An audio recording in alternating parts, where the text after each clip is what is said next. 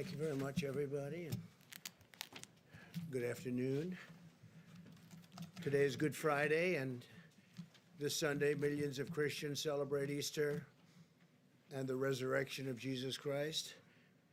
At this holy time, we pray that God will heal the sick and comfort the heartbroken and bless our heroes.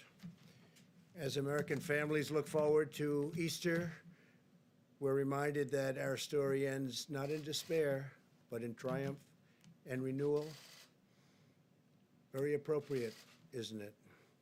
I'd like to provide Americans an update on our ongoing efforts in the war against the invisible enemy. Before I do that, I'll have a couple of notes.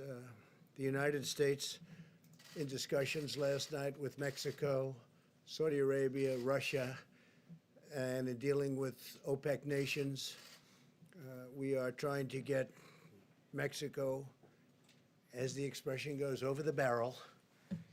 And Mexico is committing to do 100,000 fewer barrels. The president and I spoke last night. We have a great relationship, great friendship. They're helping us very much at the border. They have 27,000 soldiers, Mexican soldiers, on our border right now, stopping people from coming into our country as our wall goes up. We're up to about 168 miles of wall. And in speaking with the president, they have a limit. The OPEC nations have agreed to a different limit, reduction of about 23%. So what I thought I would do, and I don't know that it's going to be accepted, we'll find out. The United States will help Mexico along, and they'll reimburse us sometime at a later date when they're prepared to do so. And we had a great conversation, but we'll find out how that all works out. As you know, they're trying to get rid of the glut of oil. There's a tremendous glut of oil, and we don't want anything to hurt our incredible industry. We're actually the largest producer in the world now, so we don't want anything to hurt those jobs, those great jobs in Texas and North Dakota and Oklahoma and everywhere. We have a tremendous energy, New Mexico, tremendous energy business, and we want to keep those jobs. So we're working on it. I think eventually it's going to work out. May work out quicker than what most people thought possible, and maybe it won't, but it'll work out eventually. Our experts are monitoring the data from every part of our country having to do with the topic that we're here to discuss. In the midst of grief and pain, we're seeing clear signs that our aggressive strategy is saving countless lives. Tremendous progress is being made, although when you look at some of the numbers, I just spoke with Governor Cuomo, we had a good talk. When you look at those numbers, the numbers of death, people that have died, it's so horrible. Now, on the other side, you have the numbers of beds being used, we were just saying, are substantially reduced. That's usually the sign that it's heading in the downward curve. So New York, we know where that is. But in the midst of all this grief and this pain, we're seeing these signs, and we're seeing them very strongly. And a lot of that has to do with the aggressive strategy in saving so many lives. We're saving so many lives compared to what it could have been. So nobody knows what the number is, but we had a number of 100,000 lives. As many as that is, it's impossible to even think of it.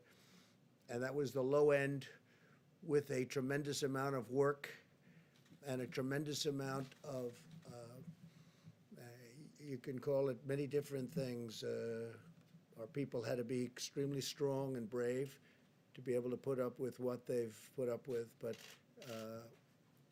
the minimum, if you did this, social distancing, and every other aspect, and I think I can say 90%, maybe even more than that, we're able to do it.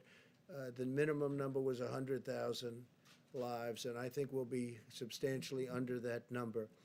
Hard to believe that if you had 60,000, you can never be happy, but that's a lot fewer than we were originally told and thinking. So they said between 100 and 220,000 lives on the minimum side, and then up to 2.2 million lives if we didn't do anything. but it showed just tremendous resolve by the people of this country. So we'll see what it ends up being, but it looks like we're headed to a number substantially below the 100,000. That would be the low mark. And I hope that bears out. The situation in Detroit and New Orleans appears to be stabilizing. Detroit is really started to go up, and now it is stabilizing. And New Orleans is a great place. I have so many friends there. They can't believe what's happening, but it's really stabilized. I spoke with the governor of Louisiana, and as you know, we're building them additional beds right now, the Army Corps of Engineers and FEMA. And that is going to be done, and I hope they're not going to be very well used, because I think they've really, I don't think they're going to need them, or certainly not very many of them. We built them a big hospital of 1,000 beds, and now we're in the midst of doing another 1,000. I don't think they're going to be using very many of them, and that's a good thing. There was a time 2 weeks ago when we said that's not going to be nearly enough. We're going to have to build more, but we wanted to wait to see, and I'm glad we waited. It just looks like they're doing really well. Louisiana and the state of Michigan is doing really much better than we thought. In Washington State, we've made enough progress that the governor is now able to return an Army field hospital, so we're going to take that hospital. We don't think we need any more hospitals. We've built thousands of beds all over the country, and we think we're probably not going to need that hospital anyway. If we do, we're ready to move it to a different location. In New York, we're seeing hospital admissions declining very substantially, as I said, and nationwide the number of new cases per day is flattening substantially, suggesting that we're near the peak and our comprehensive strategy is working. Over time, our guidelines to slow the spread are decreasing the rate of new cases very substantially, and will result in fewer hospital admissions, and we're seeing that. It's incredible. I think with no exceptions, it's looking like it's lower. And again, that's because of the people doing what they had to do, great people, and working with elected representatives and the doctors, the nurses, and everybody. I mean, just everybody. So everybody so has been so amazing. I was told this morning again, please mention all of those people working in the grocery stores, and it's true. The checkouts and the clerks and the people that are really, and a number of those people have become infected. So we want to thank them and a shout out to them. With the tireless devotion of American doctors and nurses and all of the medical people, we've kept our fatality rate very, very low compared to other countries. My administration's closely monitoring the data on the virus's impact on our cherished African American communities, because they've been hit hard. And the Surgeon General will be sharing more of that information right after we're finished here. He'll be coming up and saying exactly what's happening, because it's really, it's very troublesome, I will tell you that. I'd also like to provide clarity on the important point for many Americans on elective surgeries. Well, we've asked hospitals to cancel surgeries and procedures that do not take place at this time, just not to do them now. The choice to delay any treatment still remains between the patient and their doctor. We're not advising Americans to postpone medical treatment that their doctor believes should occur now. So it's different kinds of surgery, obviously. But we're really getting to the point where you can start to think about doing that surgery, if necessary, pretty soon, I think, pretty soon. Yesterday, I directed Secretary of Agriculture Sonny Perdue to expedite aid to American farmers. And Secretary Perdue will be using all of the tools at his disposal to develop a program, and very quickly, of at least $16 billion to provide relief for farmers, ranchers, and producers impacted by the coronavirus. In this time of crisis, we must keep our supply chains moving from the beginning, right from beginning to end, and we're committed to supporting the amazing men and women who produce supply. I did last night a statement on social media, and I said, I have directed Secretary Sonny Perdue to expedite help to our farmers, especially to the smaller farmers who are very, very badly hurting right now. I expect Secretary Perdue to use all of the funds and authorities at his disposal to make sure that our food supply is stable and safe, and our great farmers are prosperous and continue to be prosperous. We're working very hard to make sure our food supply chain is sound and plentiful, but we all know that that begins with our farmers, cattlemen, ranchers, and producers. So we're going to be working with the small farmers, the big farmers, the cattlemen, the ranchers, all of the producers. We're going to take care of them. We're working with them right now. We have a lot of money that was put there through our use of tariffs and other means, and we're going to help out our farmers. And I don't think, I'll tell you, I've been helping our farmers for a couple of years because they were targeted, as you know, by China and others. And I think they're very grateful for what we've done. On the medical front, the FDA has issued 47 emergency use authorizations for advancements in testing, new ventilator designs, innovations in personal protective equipment, and experimental medicines, and Dr. Hahn's going to be talking about that. We've cut through the red tape to give doctors and patients unprecedented freedom to make their own healthcare decisions, granting access to potential therapies and drugs. Since Monday, we've deployed 2 major shipments of hydroxychloroquine from our national stockpile. It's going to various cities. And we are also disposing and getting, as quickly as we can, portions of it to the Department of Veterans Affairs and the Department of Defense. And speaking of the Department of Defense, they're going to be sending us 10 million N95 masks that they had. And we're in great shape in every way. We're in great shape with ventilators. We're in great shape with protective clothing. We have additional plane loads coming in, but we're not getting any calls from governors at this moment. I can speak, I think, for Vice President Pence, who'll be talking in a little while. We're getting very few calls from governors or anybody else needing anything. They're in great shape for this surge that's coming in certain areas in particular. And that's a good job. You've done a great job on that, Mike, really a great job. I appreciate it. The whole country appreciates it. More than 2 million coronavirus tests have now been completed, and we're conducting approximately 100,000 more every day. We're also working to bring blood-based serology tests to the market as quickly as possible so that Americans can determine whether or not they have already had the virus and potentially have immunity. They have immunity if they've had the virus. A lot of them don't even know if they've had it. Sometimes it's brutal. You see the Prime Minister, who seems to be doing well now, I hope. He had a rough go of it and still is, but he's doing better. And then some people don't even know they had it. It could be sniffles. It could be they don't feel perfect, but they've had it. And they're the lucky ones. The NIH, CDC, and FDA are currently validating these antibody tests to ensure that they're accurate, and they're doing that at breakneck speed. I think we can say that, Doctor, and we're going to get them approved very quickly. Dr. Hahn. When validated, we're confident that the production will scale up to tens of millions of tests very quickly. We're leading the world now in testing by far, and we're going to keep it that way.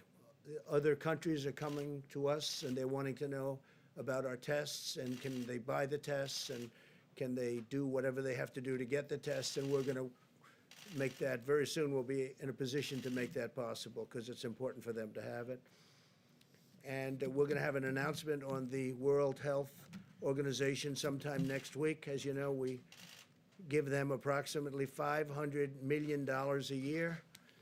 And we're going to be talking about that subject next week. We'll have a lot to say about it. We'll hold it.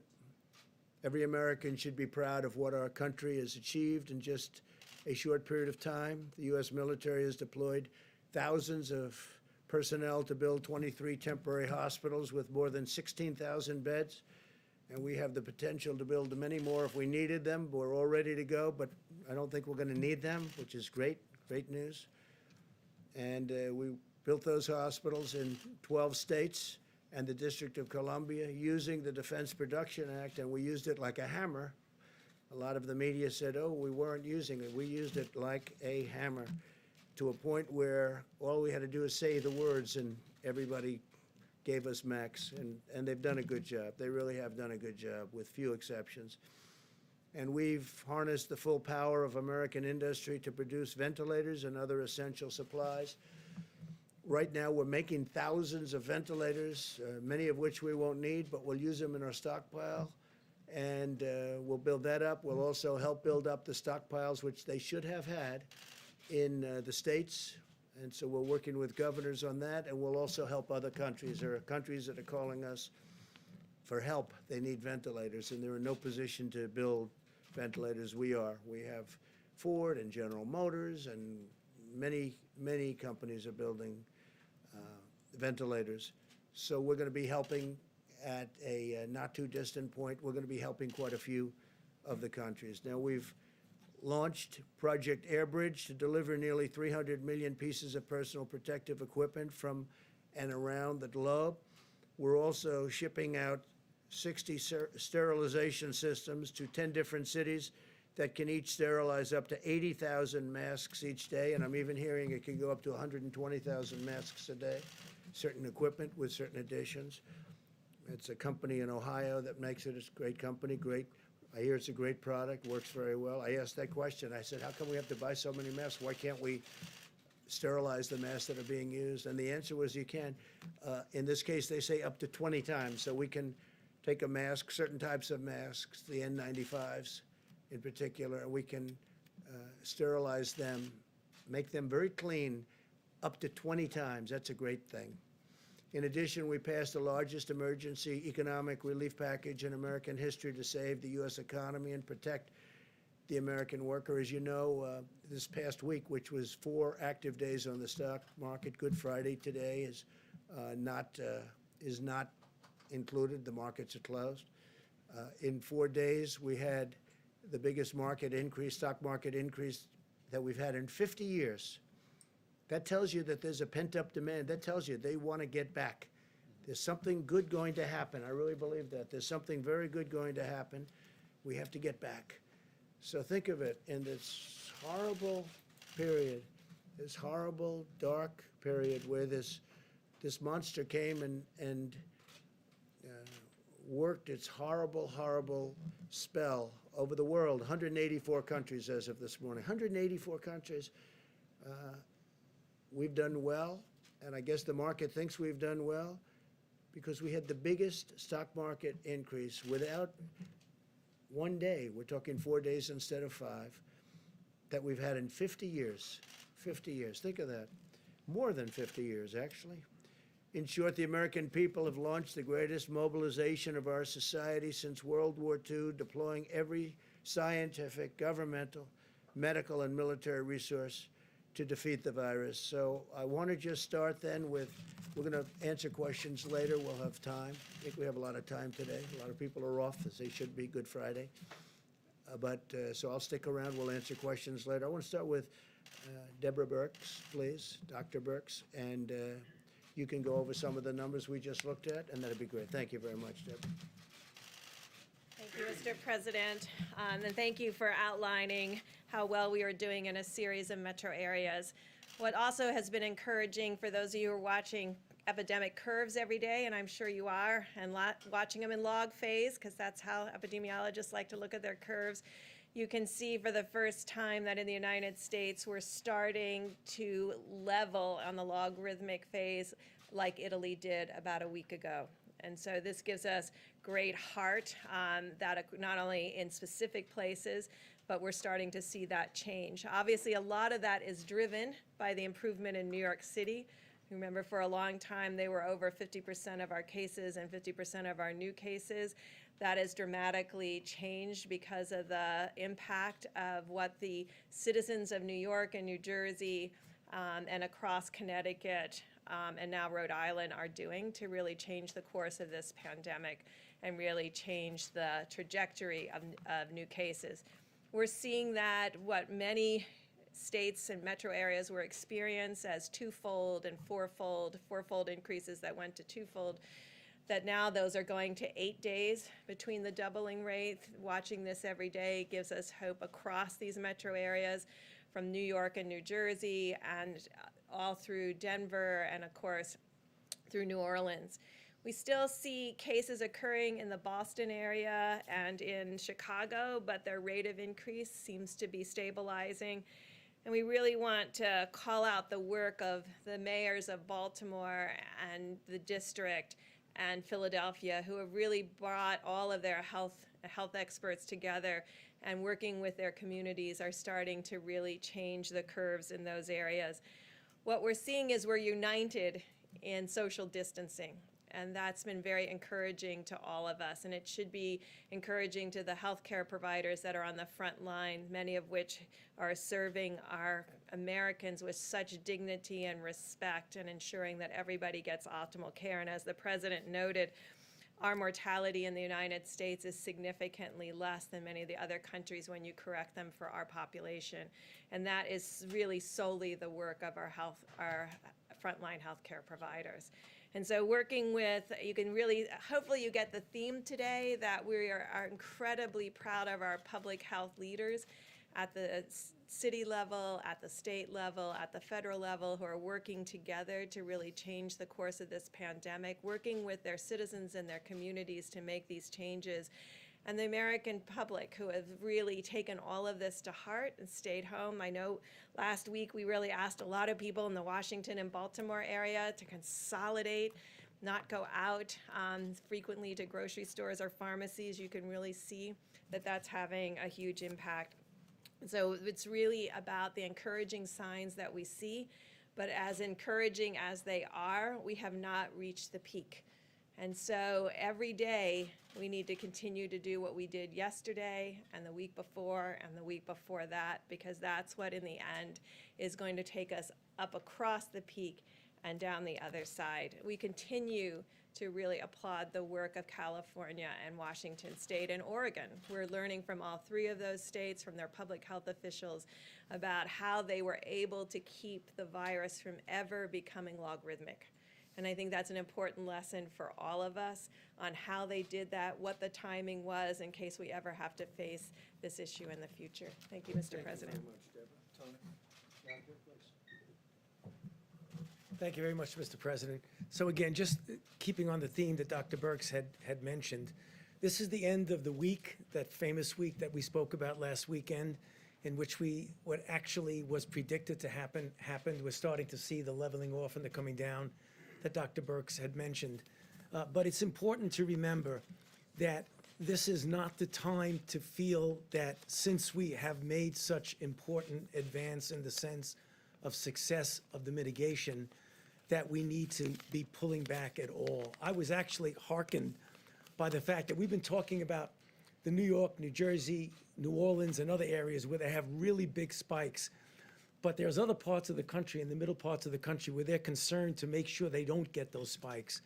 And I really want to salute the governors of states throughout the entire United States, but particularly in the central part of the country, because the governors obviously see us in these press conferences. And I've had calls over the last several days from several of the governors, from Nebraska, Iowa, South Dakota, Utah. Just about an hour and a half ago, I spoke with the governors of Arkansas and Wyoming, who are really committed to make sure that they don't get into the situation where they're going to have spikes in their state. And they're doing the kinds of things that they don't get recognized because people don't talk about them much. But we have a big country. We have 50 states, and it's not only the big cities.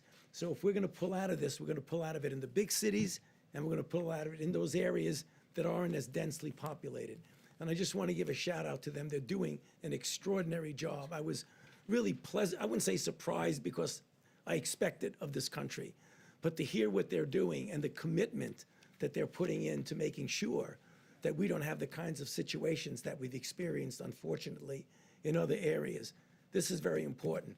I just want to close by one other thing, something I mentioned yesterday and the day before, that there are a lot of candidate interventions that are going into clinical trials. For those of you who are interested in it, I recommend you go to clinicaltrials.gov, and you'll see the design of a clinical trial, and you see that many of them are the randomized controlled trials that are the really gold standard of how you find out whether something really is safe and effective. And as the weeks and months, and it'll probably be months, sometime in the summer, we'll start to see which are working, which are not, and to focus on those that are we developing and will working. I'll be happy to answer questions later. Thank you.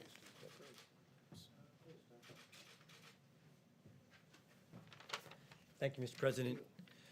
The White House Task Force has been very focused on increasing the supply of personal protective equipment for our great providers. I was one of those providers a few months ago, and I can tell you nothing is more important than making sure they have what they need. So in order to increase the supply of N95 masks, FDA has worked with industry and has now authorized 2 companies who will supply machines to sterilize N95 masks. Admiral Polovchek and FEMA are purchasing on behalf of U.S. government 60 sterilization machines, as mentioned by the President, and they will be positioned around the country to increase the amount of supply of N95 masks.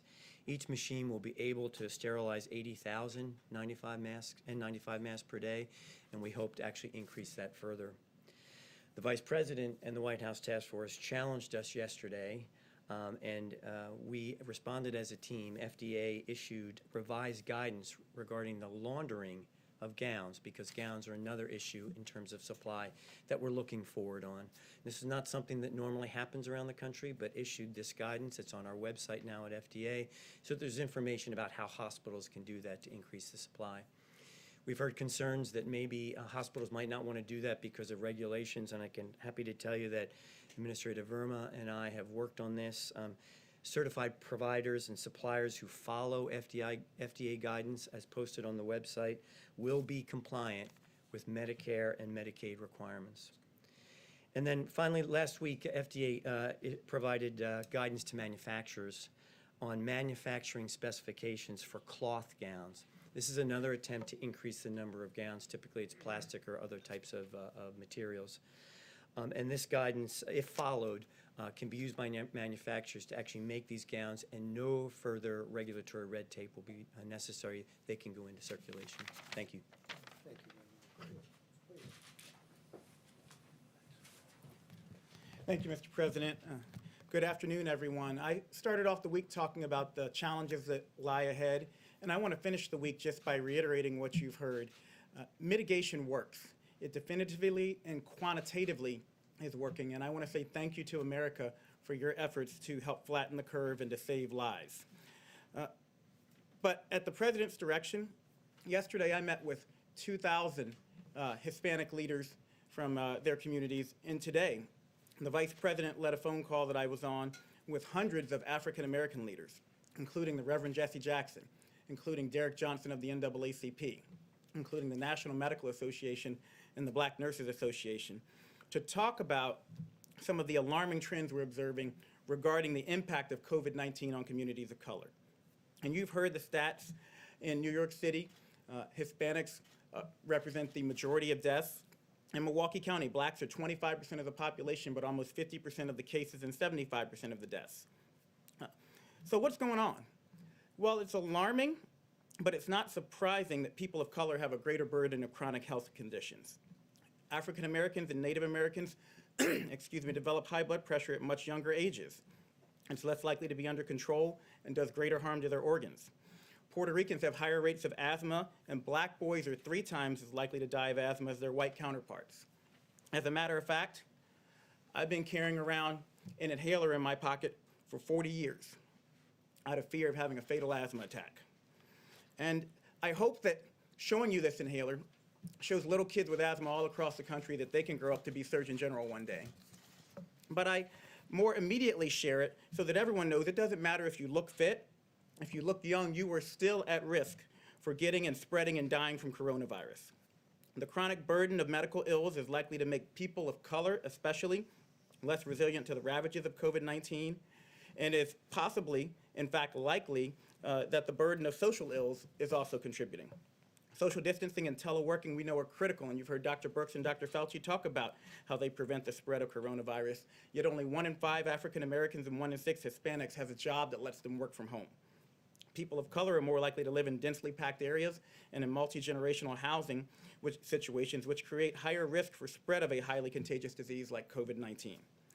We tell people to wash their hands, but a study showed 30% of the homes on Navajo Nation don't have running water. So how are they going to do that? In summary, people of color experience both more likely exposure to COVID-19 and increased complications from it. But let me be crystal clear. We do not think people of color are biologically or genetically predisposed to get COVID-19. There is nothing inherently wrong with you, but they are socially predisposed to coronavirus exposure and to have a higher incidence of the very diseases that put you at risk for severe complications of coronavirus. But as the Vice President shared on the call this morning, this history, and I want you to hear me say this, it does not have to be our nation's future. We're taking steps now in the midst of the COVID-19 pandemic to reach, protect, and strengthen all communities impacted by this disease, and especially our communities of color. More details will be forthcoming, but we are actively working, as the Vice President and the CDC Director laid out today, data collection, targeted outreach to communities of color, and increasing financial, employment, education, housing, social, and health supports so that everybody has an equal chance to be healthy. And I want to close by saying that while your state and local health departments and those of us in public service are working day and night to help stop the spread of COVID-19 and to protect you regardless of your color, your creed, or your geography, I need you to know you are not helpless. And it's even more important that in communities of color, we adhere to the Taskforce Guidelines to slow the spread. Stay at home if possible.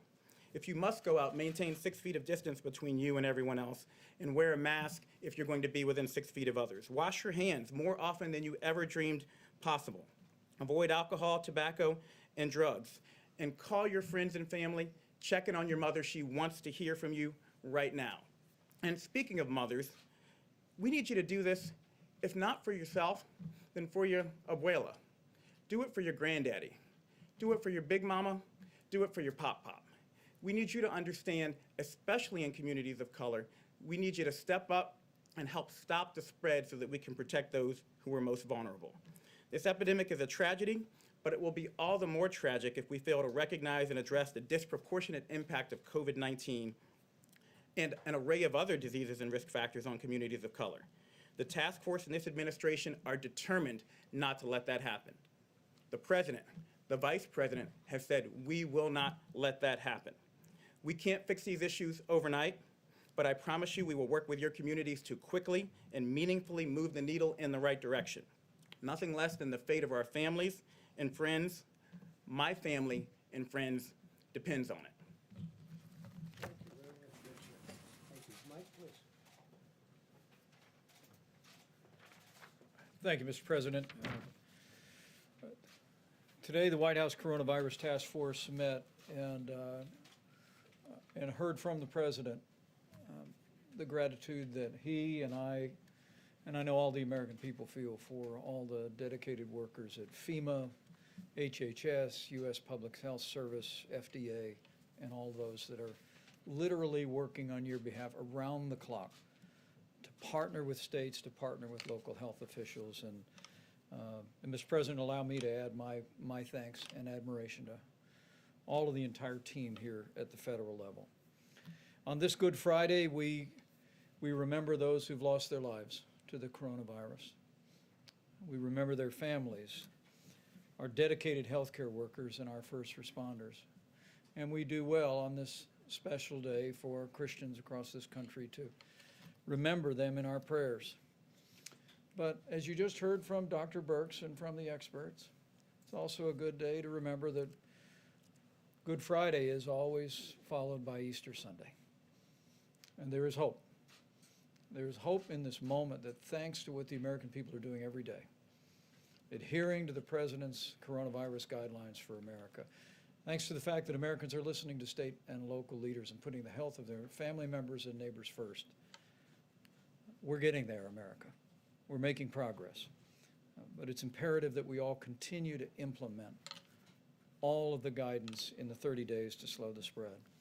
As the Surgeon General just attested, at the President's direction, we engaged more than 400 leaders in the African American community today, and allow me to express my appreciation for their leadership and their efforts in communicating to African Americans and other minority populations, some of the unique challenges that those communities face in the midst of this epidemic.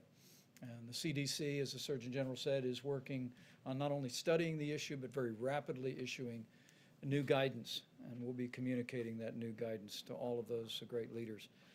On the subject of testing and supplies, the President gave a great amount of detail. More than 2.1 million tests have been performed, and we continue to work very, very closely with FDA and suppliers around the country to expand the ability of testing. And you just heard Dr. Hahn reflect on the fact that very soon we will have an antibody test that Americans will be able to take to determine whether they ever had the coronavirus. I spoke today to the Governor of Colorado, Jared Polis. We've been in contact with Senator Cory Gardner about an outbreak at a particular meatpacking facility in the Colorado area. And at this time, our team is working with the governor and working with the senator to ensure that we flow testing resources.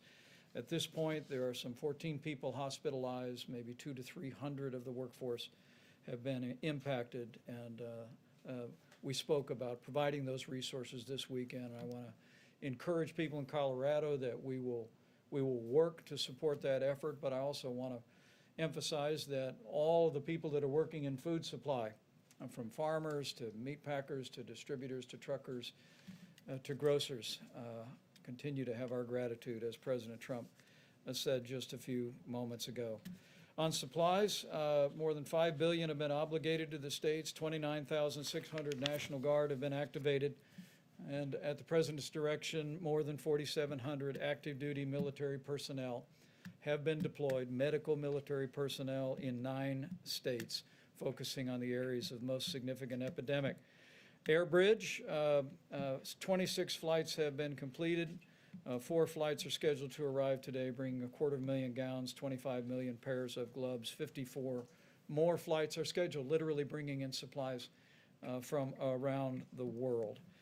Finally, let me say, as we go into this very special weekend, into Easter services, I know I speak on behalf of the President when I say how grateful we are to all of the churches that have been there, and their ministries have been working under great difficulty to continue to provide for the needs of your members. There have been food drives, there have been phone calls, and ministry has continued, and we are grateful for the role on this Holy Week that our churches, our synagogues, and all of our houses of worship have played. On their behalf, allow me to remind you that even if you're not in the pew this Easter Sunday, if you are able, it's still a good idea to give, because those ministries continue to go forward, and we encourage you. We encourage you to continue to support them. We also want to say very respectfully to all the church communities around this country and all the places of worship to continue to heed the guidelines issued in the President's coronavirus guidelines for America. We know it's difficult in this time of year, particularly, Mr. President, to avoid gatherings of more than 10, but we're grateful that so many churches, synagogues, and places of worship have done just that, and we urge you to continue to do it. And to my Christian brothers and sisters across the country, let me encourage you with the words. We should all remember that Jesus said, wherever 2 or more are gathered, there he is also. And so you can worship, you can celebrate Easter, and know that you'll be blessed in so doing, and you'll be serving the nation. Thank you, Mr. President. Great job, thank you. Okay, it's Good Friday, let's be nice. Okay, let's be real nice. Yeah, please, go ahead. Thanks, Mr. President. Can you clarify a little bit what the U.S. offered to Mexico in order to agree to that oil deal? And then also go into detail about what you spoke about on oil with President Putin this morning. So all of the OPEC nations met, and others, and they're all agreeing to cut back because there's a tremendous glut. We're filling up our strategic reserves. We don't even have room to store it. In fact, they're using ships to store oil. There's never been anything like this. It was being overproduced to start off with, and then you had the virus, and that took off 40% right there. So we have, there's a glut of oil like nobody's ever seen before. It's good in many ways, and depending on where you are, who you are, it's bad. We have a tremendous energy business with hundreds of thousands of jobs. We're doing great, #1 in the world. So they all got together and they said, we're going to cut it because we have to get rid of this tremendous supply.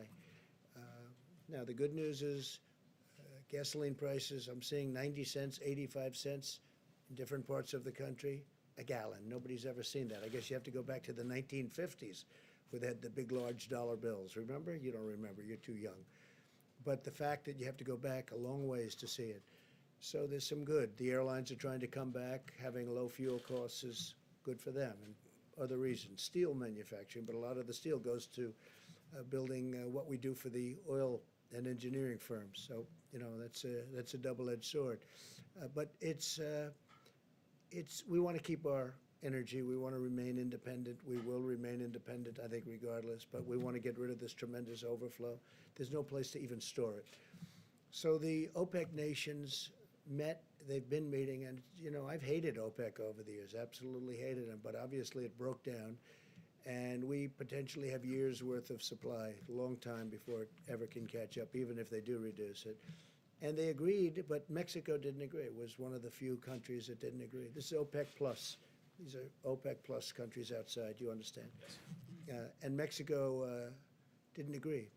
And I understand the president very well. He has a level when he came in, and he wanted to keep it at that level. Oil is important for Mexico. The problem is, and I explained it very strongly, you know, you're going to be selling it for $5 or $10 a barrel, so in the end, it's bad.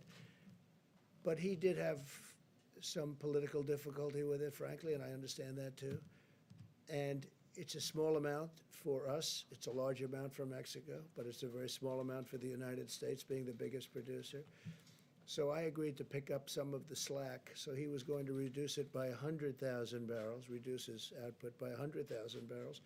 And I was going to pick up the slack, and they would make it up to us at a later date. They would make up what we're doing at a later date. It could be in a different form. And I don't know whether or not that's going to be, for Mexico it was acceptable. I don't know whether or not that's going to be acceptable to the other oil-producing nations. We'll find out. But it's something that would certainly be acceptable to me to get it over the back. So Mexico is going to reduce by 100,000 barrels, and that would mean that they're 250 to 300 barrels short. We'd make up the difference. They would reimburse us at a later date. Okay? You mean Pretty make up the simple. difference by cutting U.S. production? By cutting some U.S. production. Now, the U.S. production's already been cut because we're a market-driven economy, and oil is very market-driven. They've been cutting oil all over the place. We're cutting it back.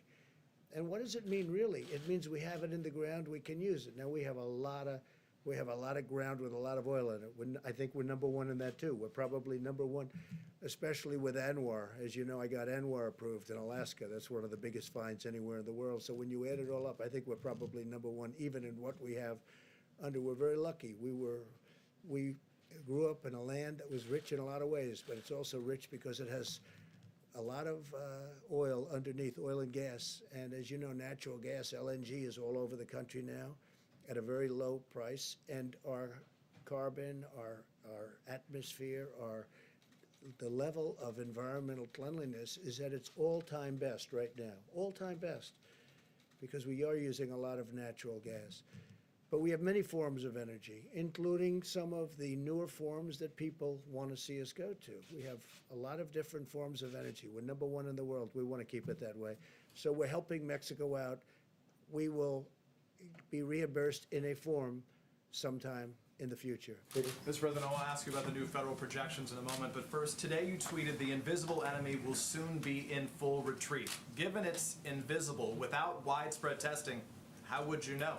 Well, I think that we're going to have it in retreat. Will it be today? No. Tomorrow? No. But it will be at a certain point in the not-too-distant future. It will be gone. And how do you do that without the widespread testing, specifically my Oh, question? we'll know, because people aren't going to go to the hospital. People aren't going to get sick. You're going to know that without. But we're going to do very substantial testing. We're doing more testing right now than any other country in the world by far. And if you'd like to have that question answered, I'll have the professional answer it. Deborah, perhaps you could come up. We are doing tremendous testing, but you'll know.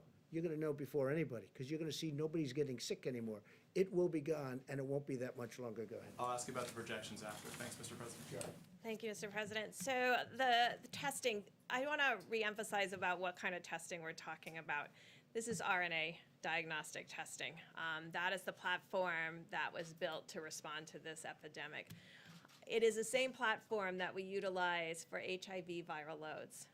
And so many HIV clients have also given up their space on the machines to have these tests run for all of Americans. This assay is complicated. It's not like an assay that you have for your other diseases, your strep test or other diseases like that. This is a very complicated assay that requires a lot of technical oversight, and it's part of the reason why not all 100% our machines are running at full capacity, but we had great discussion with the lab directors about that.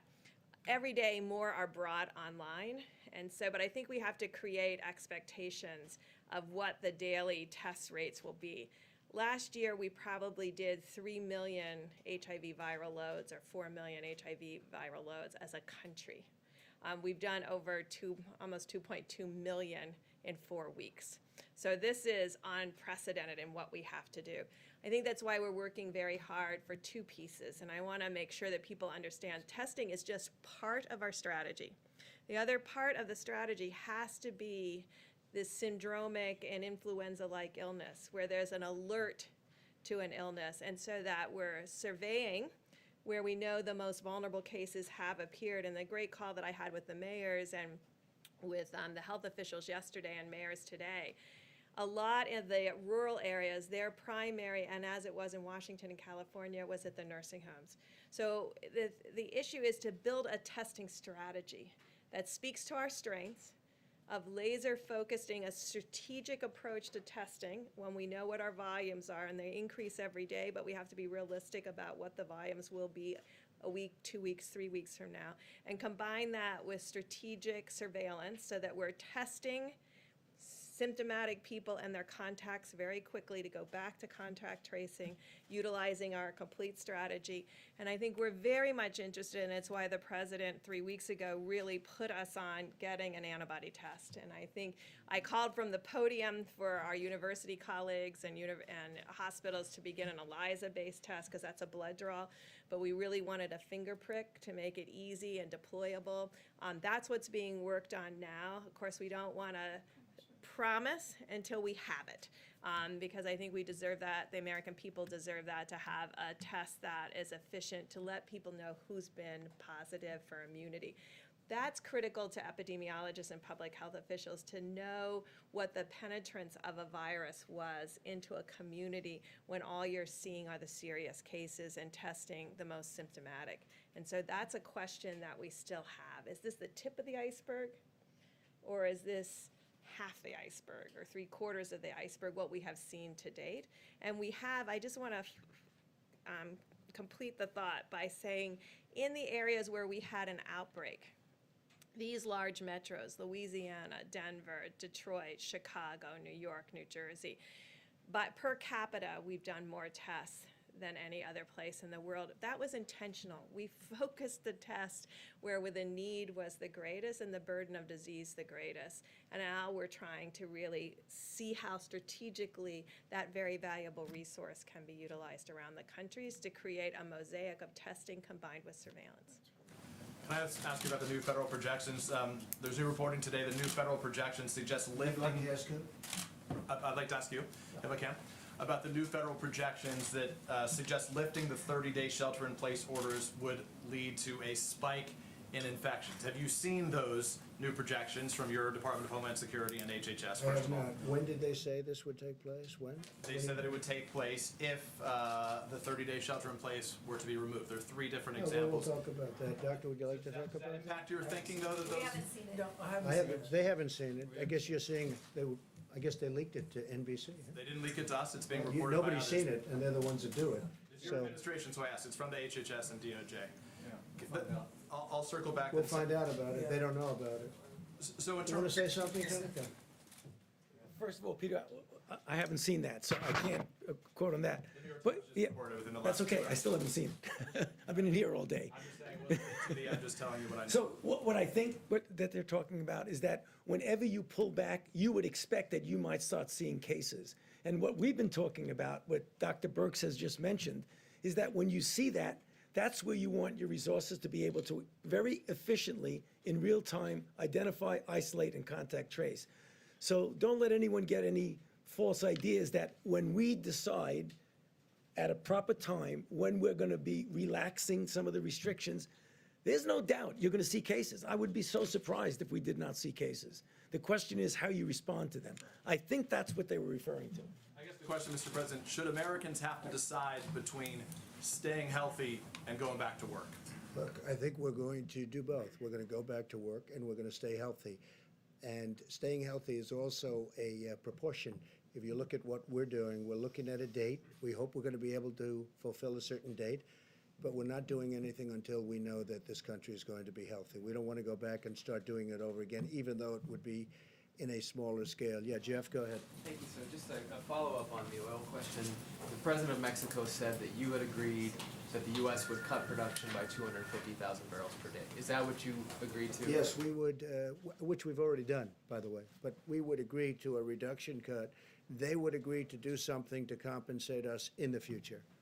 Okay? Did you make any assurances to Saudi Arabia that you, the United States, would not bail out oil drillers here?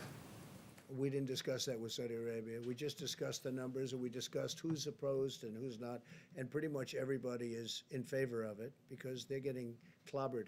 They're all getting clobbered. All of those countries are having problems. If you look at Saudi Arabia, that's their source of income, primary source of income by far. So they want to do it. Russia wants to do it. The OPEC nations want to do it. They all want to do it. So we'll see what happens. There's a difference between wanting to do it and doing it. Yeah, go ahead. OAN in the back. Thank you, Mr. President. This is a national security question back to Venezuela and China. Venezuela, this morning. go ahead. Your administration has placed a $15 million bounty on Venezuela's Nicolas Maduro. And we have news this morning that President Xi is talking with Nicolas Maduro, expressing his financial support for Maduro. So 2 questions. One, have you discussed with Dr. Xi, or President Xi, the U.S. policy on Maduro? And 2, how does this affect U.S. policy with regards to its war on anti-narcotics? We will not be happy if that takes place. I have not spoken to President Xi of China about Venezuela, about that aspect of Venezuela. But if that took place, we will not be happy. Okay? I will not be happy. Are you concerned that he's opening up another I'm concerned financial about avenue? everything. I'm concerned about everything. That's why I don't sleep a lot. I get myself concerned about everything, but I would not be happy about that. Go ahead. Mr. President, getting back to Peter's question, a variation of that question, your doctors who are gathered here seem to be in doubt as to whether or not the country can reopen on May the 1st. If they come to you before May the 1st and say the country is not ready, or huge parts of the country are not ready to reopen on May the 1st, will you listen to them? I listen to them about everything. I think they're actually surprised. I have great respect for these people, all of them. You that look, and recommendation in others particular, that are that- working with us. I have great respect for this group. In fact, I told Tony Fauci, I said, why don't you move to New York, run against AOC, you will win easily. Some of But your he allies decided have been that he's not bashing going to do these that, doctors. okay. Some of your I allies kid, have been by the bashing- way, you know that. Some of your allies have been bashing these doctors. Would you tell them to cut it out? I can only say this, I have tremendous respect for these people, and we've done very well. And when you look at us compared to others, we're a big nation. When you look at us compared to others, when you see how we've taken testing from a broken system that I inherited to having the best tests that anyone's made anywhere in the world, and other countries are calling us, wanting to use our technology, I have great respect for these people. come back to you, I'm sir- never saying bad about these people. If they come back to you, sir, and say, before May the 1st, we can't open on May the 1st, do you listen? I will certainly listen. I will certainly listen. take that There are two advice. sides. Remember, I understand the other side of the argument very well, because I look at both sides of an argument. I will listen to them very carefully, though. Please, go ahead. Thank you, Mr. President. You may have seen this, but J.P. Morgan came out with a forecast about GDP growth in the second quarter. They're saying a 40% decline in the second quarter of this year. Do your economic advisors share that view? I think my economic advisors are interested in the third quarter and really the fourth quarter. And I think we have a chance to do record fourth quarter numbers because there's a tremendous pent-up demand. And you see it this week. I mean, what reason would there be other than faith in us and in this country, faith in this group and me and our vice president and everybody, governors perhaps, you can add them into it also. What reason would there be for, in a shortened week, 4 days instead of 5, to have the biggest stock market gain in over 50 years? So I think that, you know, to me, there's a sign. Hey, look, with all we've been down, I mean, we've never been hit. I don't know, has this country ever been hit like this? Probably not. 1917, but that was different, and it was a different time, and frankly, Europe took the brunt of it. We didn't, but it was a terrible time also, but probably never been hit like this, right? Somebody was saying, in fact, I was speaking with Governor Cuomo about it, because we were in New York City, a place we love, New York State, with the World Trade Center, and that was approximately 3,000 people. Well, we've doubled that in this same area. We've doubled that, more than double it, substantially more, and it's obviously going. You know, we had our highest number yesterday and the day before. Okay, with all of this news, what would lead you to believe that we're going to have the best stock market week, shortened week, in 50 years? Almost broke the all-time record. You know what that is? That's a pent-up demand. Now, that's my opinion.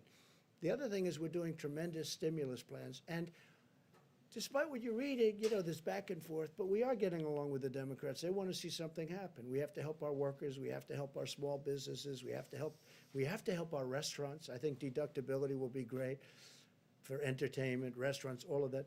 Look, I think with the stimulus, with the people, with what we've got going, with all of the things, we're going to be meeting with the airlines over the weekend.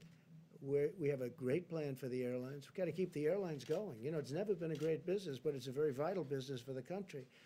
We're going to be meeting with Boeing. We're going to be meeting with a lot of companies that are great companies and were great companies a short while ago. I mean, we can't let anything happen to Boeing. It's, you know, got so much potential. You talk about potential. Can anything have more potential than that? So we have a lot of very exciting things taking place. We have tremendous plans, we have tremendous stimulus, and I think we have a chance to do really well. So this quarter isn't the quarter I'm looking at. Third quarter, we start to think about it, and I think fourth quarter is going to be at a level that maybe we haven't seen before. I think our country, with the stimulus, with all that we've been through, we've learned a lot. Don't forget, we've learned about pandemics and epidemics. We've learned a tremendous amount, and with all that we've learned, as an example, we're making ventilators. We have thousands of them being delivered in the very near future. We have countries calling us, can we have ventilators? That would have been an unthinkable call. I wouldn't know what to say. They have people dying, but we needed them for ourselves. We have plenty before the surge. In New York, they need far fewer hospital rooms or far fewer hospital beds in particular than we thought. And I have to say, Dr. Birx told me that 4 weeks ago, 6 weeks ago. Remember, you said, that number's too high. We don't need that many. And based on what she said and others, we did what we had to do. We actually gave the maximum. We built Javits. We sent the ship in. We then made the ship COVID because, you know, there weren't a lot of people on the roads. You didn't have the accidents that we thought, other unrelated accidents, nobody driving. You know, normally you have a lot of car accidents, you have a lot of motorcycle accidents, you have people going to the hospital. We didn't have that. We had almost none of it. So a lot of things have happened. I think we have a chance to be stronger than before. I really do. I think the stimulus is very important, what we're doing. I think it's very, very important. Please, go ahead. Mr. President, may I ask you about credit and debt as well? Yeah. Many American individuals, families have had to tap their credit cards during this period of time, and businesses have had to draw down their credit lines. Are you concerned, Mr. President, that that may hobble the U.S. economy? All of that debt, number one. And number two, would you suggest to credit card companies to reduce their fees during this time? Well, it's something that we've already suggested. We're talking to them. Business interruption insurance. I'd like to see these insurance companies. You know, you have people that have paid. When I was in private, I had business interruption. When my business was interrupted, through a hurricane or whatever it may be, I'd have business where I had it. I didn't always have it. Sometimes I had it, sometimes I have a lot of different companies. But if I had it, I'd expect to be paid. You have people, I speak mostly to the restaurateurs, where they have a restaurant, they've been paying for 25, 30, 35 years, business interruption. They've never needed it. All of a sudden, they need it. And I'm very good at reading language. I did very well in these subjects, okay? And I don't see the word pandemic mentioned. Now, in some cases it is, it's an exclusion. But in a lot of cases, I don't see it. I don't see reference, and they don't want to pay up. I would like to see the insurance companies pay if they need to pay, if it's fair. And they know what's fair, and I know what's fair. I can tell you very quickly. But business interruption insurance, that's getting a lot of money to a lot of people. And they've been paying for years. You know, sometimes they just started paying. But you have people that have never asked for business interruption insurance, and they've been paying a lot of money for a lot of years for the privilege of having it. And then when they finally need it, the insurance company says, we're not going to give it. We can't let that happen. Please, go ahead. Thank you, Mr. President. On March 6th, you said anyone who wants tests can get a test. Now you're saying that you would be open to reopening the government without having a national testing system. How do you square those two statements, given that there's still issues with testing going forward? And how can you tell people Well, there's not that they're a lot not of going to have issues their with lives this. put at Yeah, risk? I got it. There's not a lot, and it's a good question. There's not a lot of issues with testing. Certain sections of if we go to Iowa, we go to Nebraska, and interestingly, Idaho is very interesting because they had a few breakouts, small breakouts, but they're very, very capable states, and they're big distances, a lot of land, a lot of opening. You don't need testing there. You know, where you have a state with a small number of cases, some states with almost none. West Virginia hung in for a long time, as you know, with none for a long time. So when you have that, you don't need testing. You don't have to test every person in the state of Iowa, as an example. You don't have to test every single person to say, let's open up and let's get the tractors moving and let's get the corn and let's open up all of the different things they do in that great state. You don't need that. And with that being said, if there's a little hot corner someplace, we'll be testing. But I think Deborah speaks to this very well. The same thing in New York. That's what we talked to Governor Cuomo about this morning. We have the Abbott test, which is very quick and very easy, goes very fast. Then we have a lesser test that we talked about where we can talk about a larger area. But you're going to know. So we're going to do testing, but you don't need to test 325 to 350 million people because, number one, it's unnecessary. Vast numbers, vast areas of our country don't need this. I think you agree with me on that. You just don't need it. Now, we have certain hot spots. So Louisiana's a hot spot, New York's a hot spot, Detroit's a hot spot. And then you have certain areas in certain hot spots that you have to even go more so. And we're doing all of that. Remember this, we've done more testing than any country in the world. And we have the best test. And we developed this over a very short period of time. Please. Can I ask you also about the African-American disparities? Yes, I have sure. a question for you and a question for the Surgeon General. Sure. For you, Mr. President, we know that these health disparities have existed for a long time among African-Americans, Latinos, and other people of color. Why did the administration possibly have a plan directed at those communities to prevent high death rates, knowing that the health disparities were there? Well, we do have a plan, and one of the things I'm most proud about is what I've been able to do for the African-American community. The lowest job numbers in the history of our country. This was, For the virus, excuse me, of yeah, course. just before the virus came. Well, I'm just saying, because, you know, this has been here for 3 weeks, right? So just before, African-American community had the lowest unemployment, the best employment numbers. More African-American people and communities have been thriving. If you look at our opportunity zones and what we did, Tim Scott, who's fantastic, a fantastic senator, came to me, opportunity zones, more jobs for African-Americans than ever before, better health care than they've ever had before. All of these things. The Surgeon General spoke to it, and he spoke to it, I thought, really brilliantly. I found it very interesting what he said, and I'd love you to come up and answer the second part of a question, because I think you would do it a much better job than I would. Please.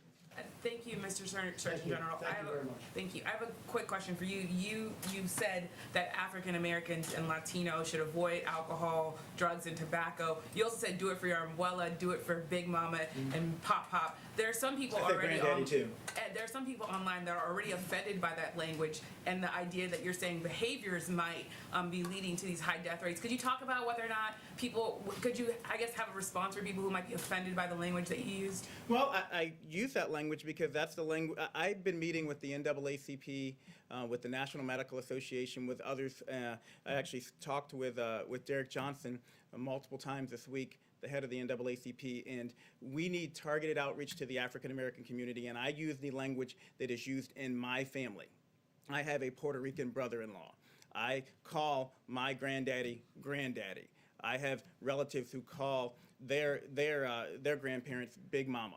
So that was not meant to be offensive. That's the language that we use and that I use, and we need to continue to target our outreach to those communities. It is critically important that they understand it's not just about them, and I was very clear about that. It's not just about what you do, but you also are not helpless. We need to do our part at the federal level. We need people to do their parts at the state level, and we need everyone, black, brown, white, whatever color you are, to follow the president's guidelines, the coronavirus guidelines, and do their part. Because when I talked to the NAACP 3 weeks ago, it's important to note that one of the things they asked me was, can you help dispel the myths in this community that people actually can't get coronavirus if they're black? That was a myth that was out there that's actually very important for us to squash here. And that all Americans avoid tobacco, alcohol, and drug use at this time? Absolutely. It's especially important for people who are at risk and with comorbidities, but yes, all Americans. So thank you, and I will clarify that.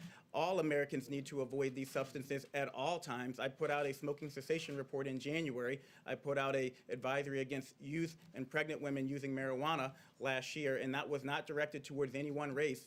That's everybody needs to do everything they can to be as healthy as possible at this critical time. Dr. Fauci, would you add anything? Yeah, I think you said it perfectly, Jerome. Thank you. Would you like to add anything to it? Because you are really, you expressed it very beautifully before.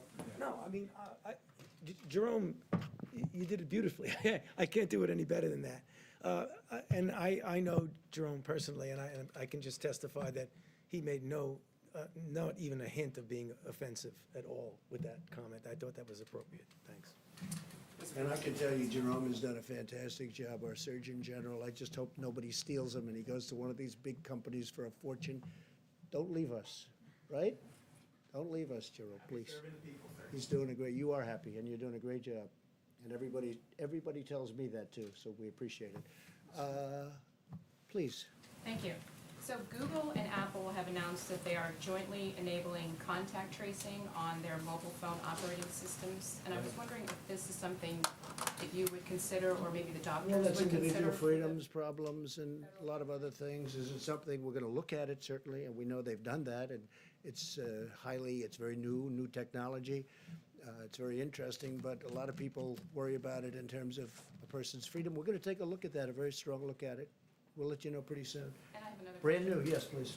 So can you explain why it is appropriate in the middle of a pandemic to be talking about cutting or eliminating funding for the World Health Organization?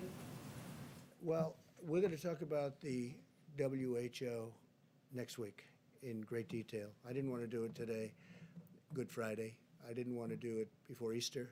I also didn't want to do it before we have all the facts. But over the years, many years, we've been paying them from $300 to $500 and even more $1 million a year.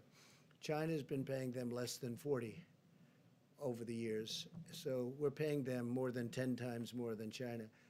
And they are very, very China-centric, as I said during the week, China-centric. China always seems to get the better of the argument, and I don't like that. I really don't like that. I don't think that's appropriate. I don't think it's fair to the American people. And, you know, I tell that to President Xi. I tell that to Dr. Tedros. I spoke to him one time. I think he's a very nice man. I liked him. But we're going to be talking about that next week in great detail. We're looking at it very, very closely. We want to make sure money's properly spent. But again, why is the United States paying $500 million a year? It's a lot. And why is, okay, that's a lot. And why is China paying this year, $42 million, but generally under 40, so it's in the 30s. So we're at 500, 452, 400, 401, different amounts, different years. And they're at 40, 38, 36, 35, 32, 31. No, but you have to ask yourself that question. And then the answer always turns out to be in China's favor. Well, I have the same thing with the world trade. Isn't it interesting? World trade. So we have World Health and we have World Trade. So we have the World Trade Organization. And until I came along, we were losing cases, so many cases, it was ridiculous. We were always losing these cases, I mean, almost every case. And now we're winning cases. We just won $7 billion because they know I'm not going to put up with it. China has been unbelievably taken advantage of us and other countries. You know, for instance, they're considered a developing nation. I said, well, then make us a developing nation too. They get big advantages because they're a developing nation. India, a developing nation. The United States is the big developed nation. Well, we have plenty of development to do, okay? And now we're winning cases because they know that if we're not treated fairly, I'm going to pull out. Now, you never heard this before because nobody ever talked about the World Trade Organization, but the World Trade Organization has treated us very unfairly. But they know I'm not going to put up with it because all of these countries are taking advantage of the United States. Now, in the courts and the court system, we're not approving new judges over the last year and a half. We're not going to approve them. And Bob Lighthizer is working very hard on that. But we had always a minority position, meaning numbers of judges. So we'd have a minority number of judges. I said, how do you win with a minority number of judges? But all of a sudden we're winning. And the reason we're winning is they know if they don't treat us properly, and we won $7 billion just this very recently, and the money is pouring in. And we've won other cases too. We've won a lot of cases. But you know from covering it, I know you know, that the United States was taken advantage of by the World Trade Organization. And by the way, speaking of China, if you look at the history of China, it was only since they went into the World Trade Organization that they became a rocket ship with their economy. They were flatlined for years and years, frankly, for many, many decades. And it was only when they came into the World Trade Organization that they became a rocket ship because they took advantage of all the rules. I'm not even blaming them. I'm saying, how stupid were the people that stood here and allowed it to happen? But we don't allow that to happen. And if they don't treat us fairly, we'll leave. But now we're starting to win cases. How about somebody new for a change? Come on, go ahead. President, as many schools and school districts are closing across the country, Florida Governor Ron DeSantis has not ruled out closing or opening out schools in May, saying that many kids are not vulnerable to this disease. Do you agree with that assessment? And do you believe that schools, would you recommend that schools open up and to those states that have? Well, I have a lot of confidence in Ron DeSantis, a lot of faith in Ron DeSantis to make the right decision. He's doing a great job as governor. Ron DeSantis, I had read where he's thinking about opening up the schools earlier than the date, the end of the month. I'd have to look at the numbers. But again, you know, I like to allow governors to make decisions without overruling them. Because from a constitutional standpoint, that's the way it should be done. If I disagreed, I would overrule a governor. And I have that right to do it. But I'd rather have them, you can call it federalist, you can call it the Constitution, but I call it the Constitution. I would rather have them make their decisions. But he's made a lot of good decisions.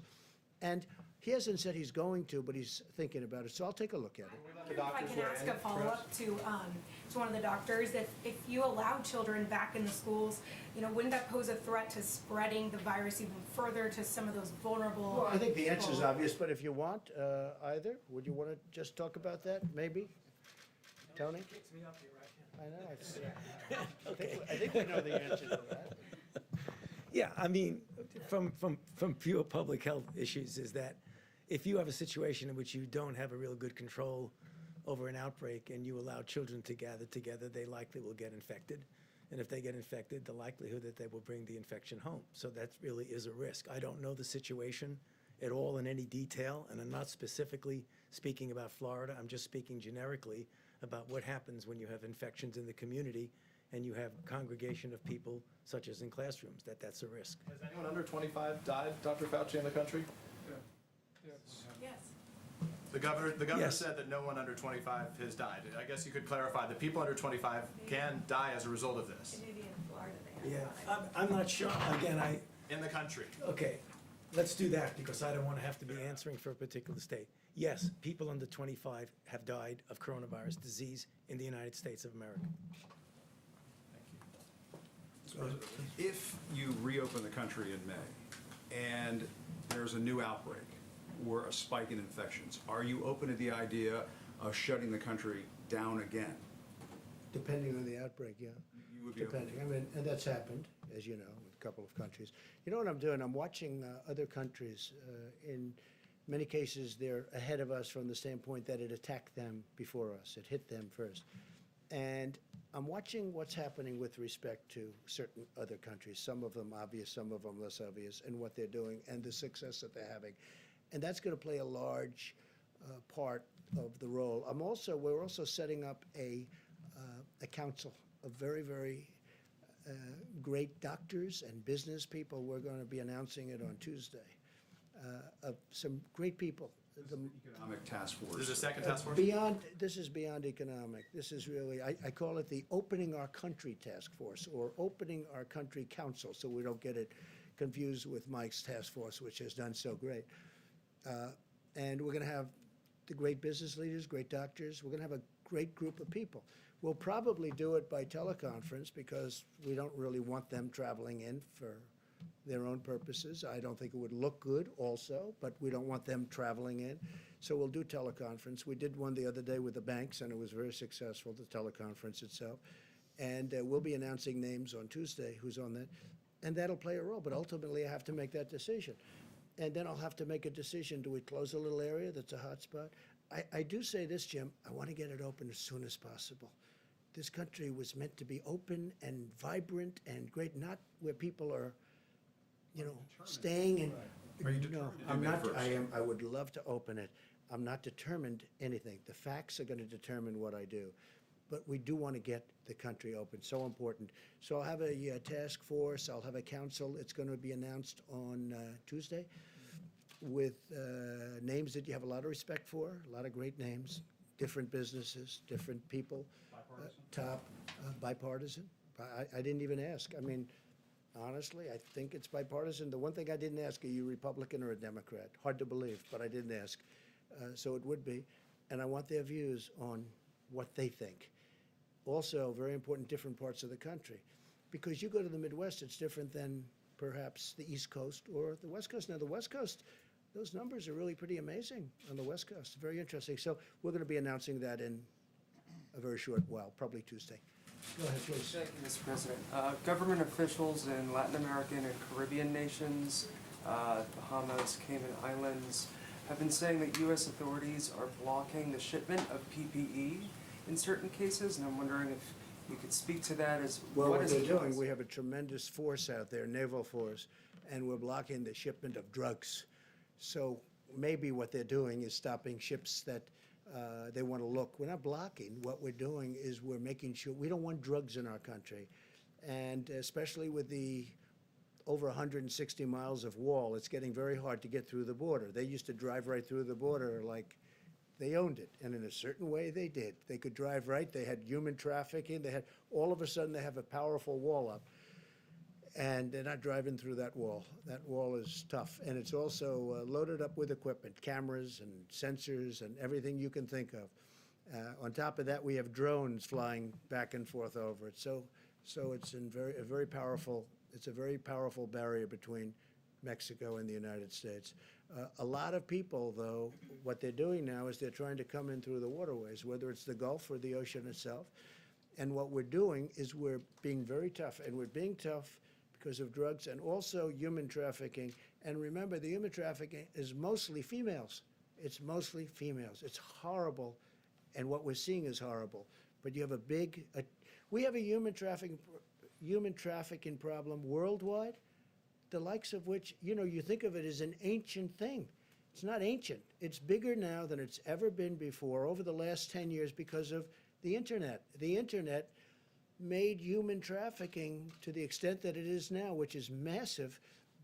The internet made it so big. So we have a big naval force that's stopping. So maybe when you mention that, maybe their ships are getting caught. But we are stopping a lot of ships, and we're finding a lot of drugs. Yeah, please. Thank you, sir. On the additional money for small I business. meant you, but that's okay. Go ahead, we'll do this. Sorry. Go ahead. On the additional money for small business, apparently Treasury Secretary Mnuchin speaking with the Democrats in Congress.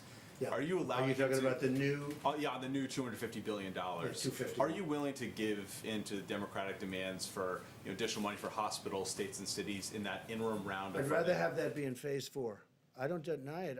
I think it's fun, but I think it should be in phase 4, and I think we should have infrastructure, and I think we should have a payroll tax moratorium, because that's something that over a period of time, the workers get, sort of semi-immediately. It's over that period of time. It starts immediately, but it's over a period of time. I mean, there are a lot of people, I'm one of them, that would have liked to have seen the payroll tax cut as a permanent cut. But we should do the double-edged, meaning business, employee, payroll tax cut. So we're talking about that. And I'm certainly okay with helping the states and helping the hospitals. I just think, because, look, the hospitals need help. You see what they've gone through. And the states need help. Some states in particular need help. They need big help. I'm willing to look at that very strongly, but I like looking at it in phase 4. The 251 is actually, the plan is working out well. The banks are getting started with the distribution. They've taken thousands and thousands of applications. The numbers aren't even believable, the number of applications. They're swamped, but Bank of America and Wells Fargo, and I guess Citibank is just now kicking in. And also what nobody's talking about, the commercial banks, the community banks. Everyone's talking commercial banks. The community banks are doing tremendous volumes. And they're probably doing them faster from what I understand. I hear the community banks, frankly, are the easiest ones in terms of getting the money out. So the money is getting out. The applications are far beyond what we ever anticipated. And that's why we're going, because this is money that goes essentially to the workers. We want the businesses to hold on to their workers, because once they lose the workers, they're never opening again. It's not going to happen. Okay, in the back. Gordon Lewald from Wall Street Journal. I wonder if you could expand a little bit on your, like the form that Mexico would take, the reimbursements, like what form would that take?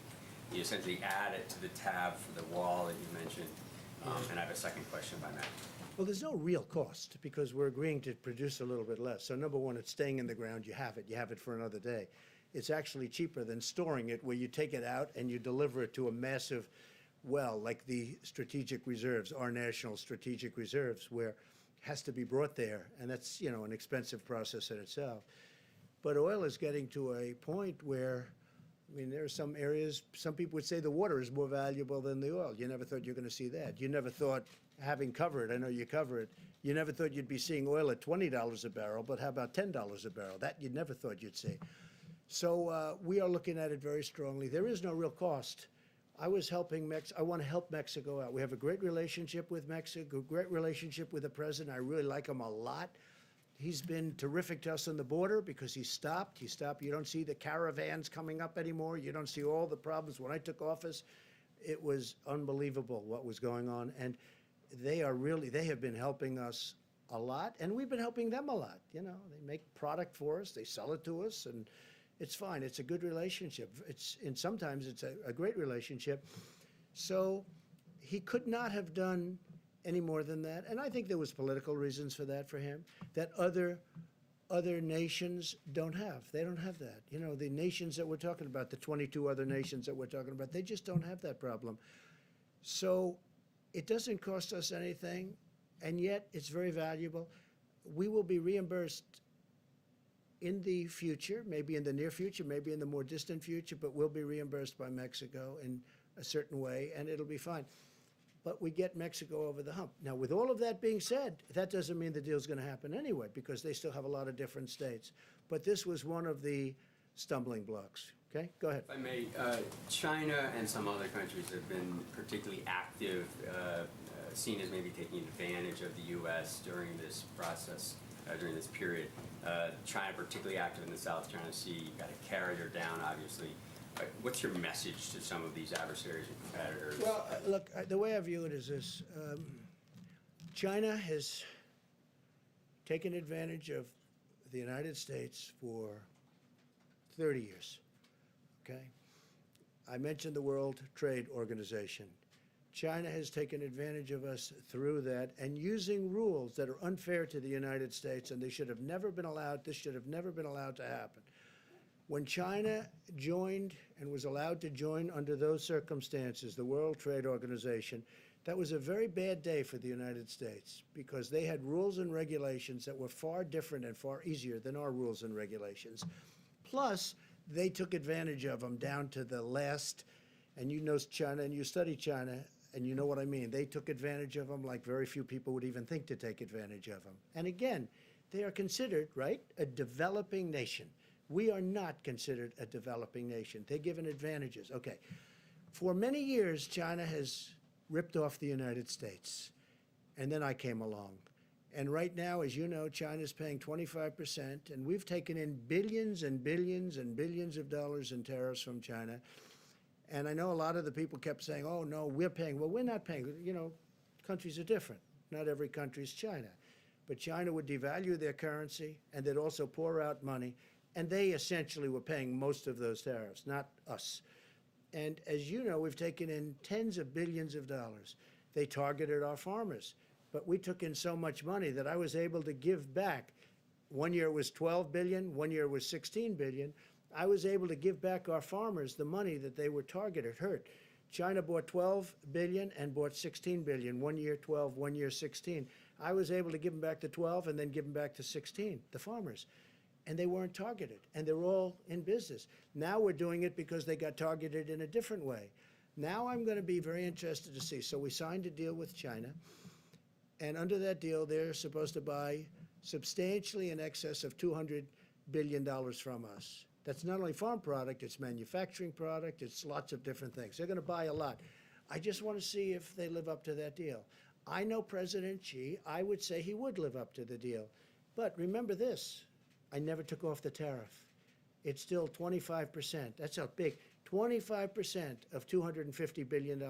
So for the first time, and you saw also, now again, I'm going before the virus hit, because that's sort of like, that's like, let's start all over again. Okay? I can't tell you that yet, because that chapter hasn't been written yet. But go up a few weeks ago, the deficit with the United States and China was coming way down. Nobody's seen that. Nobody's ever seen that before. But the deficit has come way down.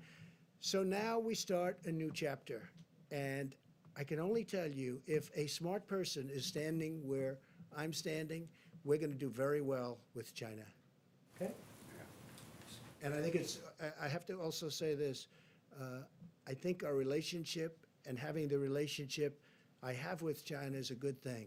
But for the first time, we're benefiting instead of being the sucker that could, you know, that got taken advantage for years. Nobody. You know, I said to China, how did this ever happen? I got to know him very well. I said to him, representatives of China at the top level, you know who I'm talking about. I say, how did this ever happen? They looked at me and they said, but nobody ever called us. We didn't have a deal. It's not like we had a bad deal. We had worse. We didn't have any deal at all.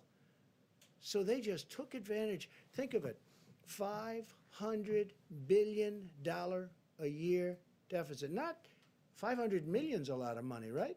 It's not, everyone thinks I made a mistake when I say 500 trillion. No, you mean 500 million. No, I said $500 billion a year deficit with China for a long time.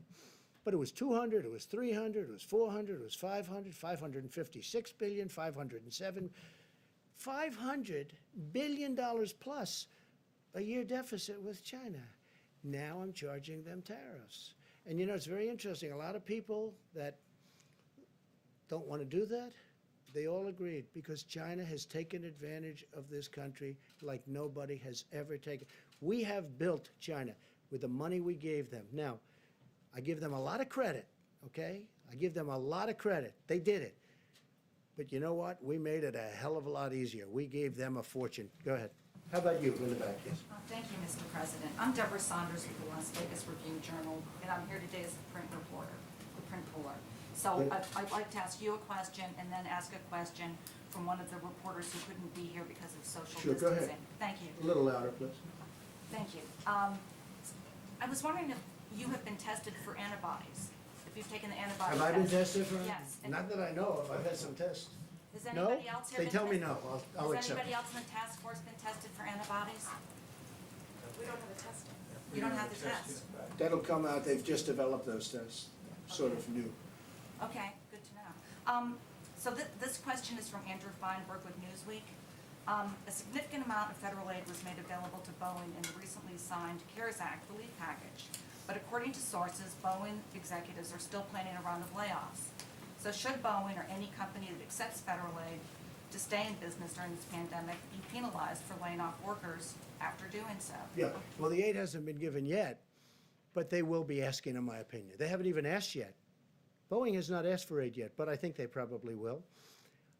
Now, at the same time, they do have to run a company. You know, this isn't a great time to sell airplanes. Let's not kid ourselves, okay? If you're a business person, Boeing makes airplanes. They had a big problem with one, but they make the greatest airplanes. They make the best airplanes in the world. They had the problem with one. They got it too complex. It becomes so complex. You have to be number one in your class at MIT to be able to fly it. It's a mistake. Every 2 years, they want to make it more and more. I mean, they had great success with the 737, the Boeing 737. Then all of a sudden, they do the MAX, and they say, let's make it more complicated. Let's put on different engines. Let's do this, let's do that. It was not exactly a good decision. Bad decision. Very bad, horrible decision. Number one, human lives, and number two, horrible what's happened to the company. Here's a company, from a business standpoint, was like probably the greatest company in the world, in my opinion. I think it amounts to 1% of GDP. Some people say it's a half. I think it's 1. But here's one of the greatest companies anywhere in the world, maybe the greatest. And boom. Now, on top of what happened there with the 2 planes, and they say they have that fixed. That's good. They say they have it fixed undisputably. In fact, somebody said, they gave me something. I said, you should say it that way. They said, sir, this is now the safest airplane in the air. I said, that's what you should say. That's a very good statement. It's the safest airplane in the air. That's a very good statement. You should use it. I said, by the way, you're changing the name? But whether you do or not, you should use that. But he said that. A Boeing person said to me, it's the safest airplane in the air. That's a great thing. But we know they're going to need help. Now, does that mean they're going to need help and they should keep people that they absolutely don't need? That business is a very cyclical business, like many businesses, frankly. So that determination hasn't made. They have not spoken to us yet. I think they will be. Maybe they won't need help. That'll be great. Look, Boeing made so much money. Who would have thought they could have made all of those planes that are parked all over the place? In many cases, I guess payments not made. But who would have thought they could do that and they're still a solvent company, okay? I mean, what a tragic thing happened in numerous ways, but also economically. So when they see us, making sure that Boeing is strong again is very, very powerful and very important, and we'll do whatever is necessary to do. Please. Yeah, thank you. I have a quick one and then a longer one. First of all, have you had a chance... Should we keep this going, everybody? Huh? You're the president. Jim wants to leave. No. Keep it going for a while, yes? I mean, we have time if you want. You're not going to criticize me that the conference was too long? You know, if I leave short, yesterday I left short. It was too short. If I stay too long, they say it was too long. Someday we're going to get it just right. Okay. Should we continue? Should we continue? Yes? Well, at least answer my questions. Yeah. Okay, let's, at least for your question. Have you had a chance to speak to... Not a bad boy. Have you had a chance yet to speak to Boris Johnson since he came out? I have not, no. I have a call just to wish him well to his group. No, I don't want to be calling him now. I want him to get better. He's a great guy. He's become a friend of mine, a real friend of mine. You know, he has a great feeling for our country. Obviously for his country, he loves it. He's a tremendous guy. And a slightly more complicated He's point. become, I think he's probably right now, he was very high to start. I think he might be 100% popularity right now. I think he's, you know, they talk about approval polls, right? You ever hear that term? I'm sure you never heard that. I hear it all the time. His approval rating must be about 300%.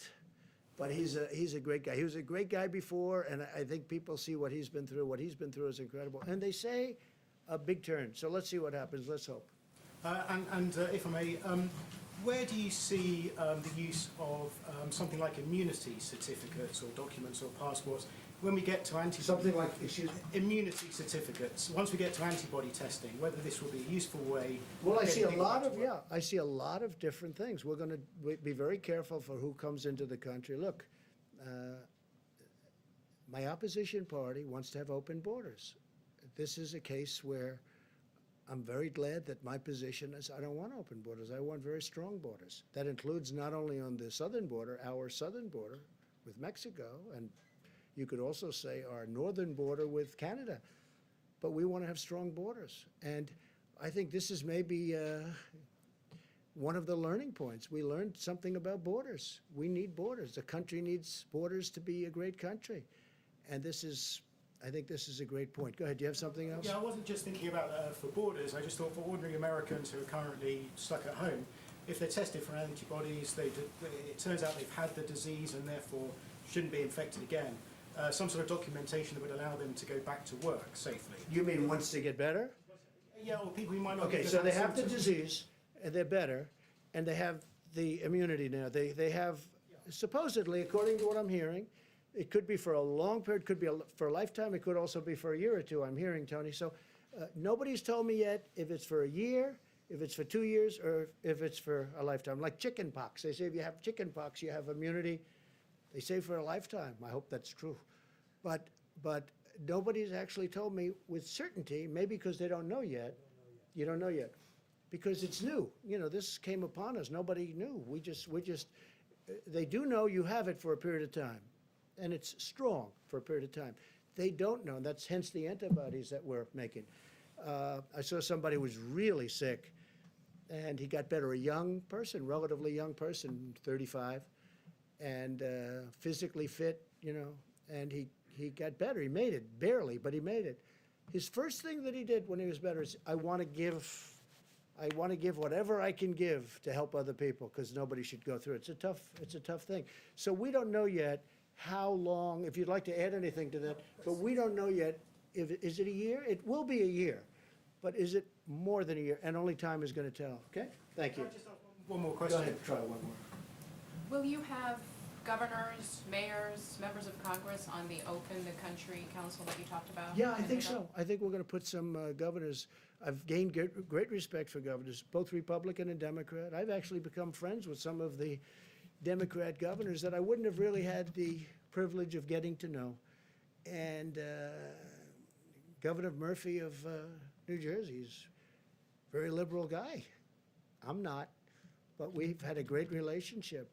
John Bell, as you know, I call him John Bell, but John Bell Edwards, people call him John Bell, sort of a cool name.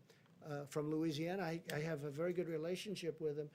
Gavin Newsom, honestly, I think we've fighted ever. Hey, we're fighting right now. I want automobiles to be made cheaper and safer and stronger, but you save $3,000-4,000 per auto, and environmentally equal, or better maybe. And we're fighting on that. We're fighting a lot of different things. We fight on the border. He wants open borders. I want people to come into our country illegally. But I've gotten very friendly with Gavin Newsom. He's done a very good job here. I think I've gotten very friendly. I mean, he's been, I think, sort of a friend of mine for a long time. Don't get to see him much, but Governor Cuomo of New York, we talk all the time. I told you, I spoke to him literally the last call just before walking in here. I've really developed a lot of good friendships with the governors, and including the governors, I think Mike DeWine, Republican, but I think he's done a great job in Ohio. So yeah, I want to put on both parties. I want to have some governors. I'm not going to have all of the governors, but I'd like to put some representative governors on the council. Yes, I would like to do that. Any to serve? Yes. I have. I've asked a couple of them. They've all said yes. So far, everyone said yes. I think everybody would like to be on that council. That's a very important council. Go ahead in the back. You haven't gone yet. Thank you, Mr. President. Two questions, if I may. Do you have a message to those pastors who are still planning to have Easter services, defying the public health guidelines? Well, so you're gonna have to say it louder. To those what? To those pastors who are still planning to have Easter services in To person? pastors who Oh, are the pastors, I defying didn't the- understand your word. Okay, you have a very nice voice, but it's a little bit low and you're far back. I've had talks with the pastors, and most of the pastors agree. And it's a very complex subject, let's face it, you know, for the obvious reasons, I don't have to go into it. Most of the pastors agree that they are better off doing what they're doing, which is distancing. They feel that let's get this over with, and they want to get back to church so badly. I mean, can you imagine we have Easter Sunday, and I'm going to be watching Pastor Robert Jeffress, who's been a great guy. Did I tell you? He's been a great guy, and I'm going to be watching on a laptop. Now, a laptop is not the same as being in his church or being in another church. It's not. No matter what you say, you know, we can say, oh, isn't it wonderful? But I've done this for 3 weeks, and they've had tremendous, I let people know who it is. They've had the biggest audiences they've ever had. They have millions of people now watching, and people are really liking what they're hearing. So I'm going to be with, on Easter, Pastor, I don't even know if he knows it yet, but he will soon. I think he will in about 2 minutes. Pastor Robert Jeffress, and he's a terrific guy, a terrific man. I've gotten to know him very well. He's a man of great compassion. He loves our country, and I'm going to be with him on Easter, meaning I'm going to be with him watching on a laptop. Doesn't sound good, but it's, you know, it's one of those things. It cannot be church. You know, I'm not going to get into it. It cannot be church. Most pastors and most people, you know, of faith, people that we listen to and respect and admire. Franklin Graham is a person I have great respect for. Most people will, and who's done an incredible job in New York on Central Park, where they put up Samaritan's Purse. He's done an incredible job. The son of the late, great Billy Graham. His family is incredible. He's incredible. Franklin Graham, the job he's doing on, I mean, he loves to do it. He has such a passion, and that's why he's so good at it. He does it with incredible love. And he will tell you, we're all saying we've got to get our country cured. I know there are some pastors and ministers and others that want to get together. I would, and I have great respect for them. 2 of them I know. But I would say first, heal. I'm a Christian. Heal our country. Let's get healed before we do this. And if there's time to do that, we'll do it for hopefully the rest of our lives. Please. Thank you. The Mercy and the Comfort seem to be underutilized at the Yeah. moment in Yeah. Los Angeles and New York. Is there any consideration either to sending the medical units into the cities to help Yes. the hospitals there, or to moving the hospital ships? So the Mercy and the Comfort were sent when projections were much higher.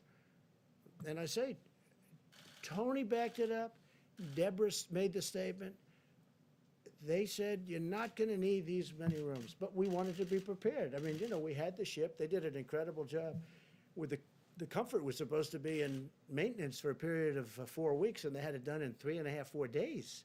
And it came up. And so we had it there.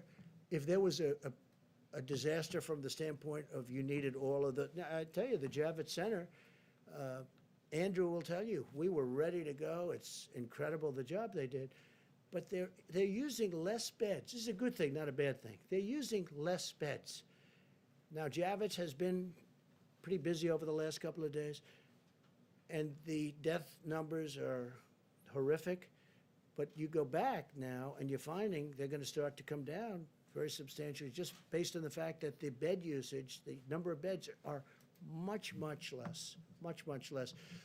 So the Mercy and the Comfort were there in case they needed them.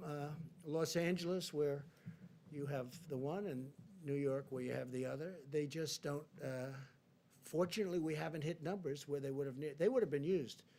They're always going to be sort of overflow because they're on the edges. You know, they're not as convenient as certain places. But the people were ready, willing, and able. They were ready to go. They were going to do a great job.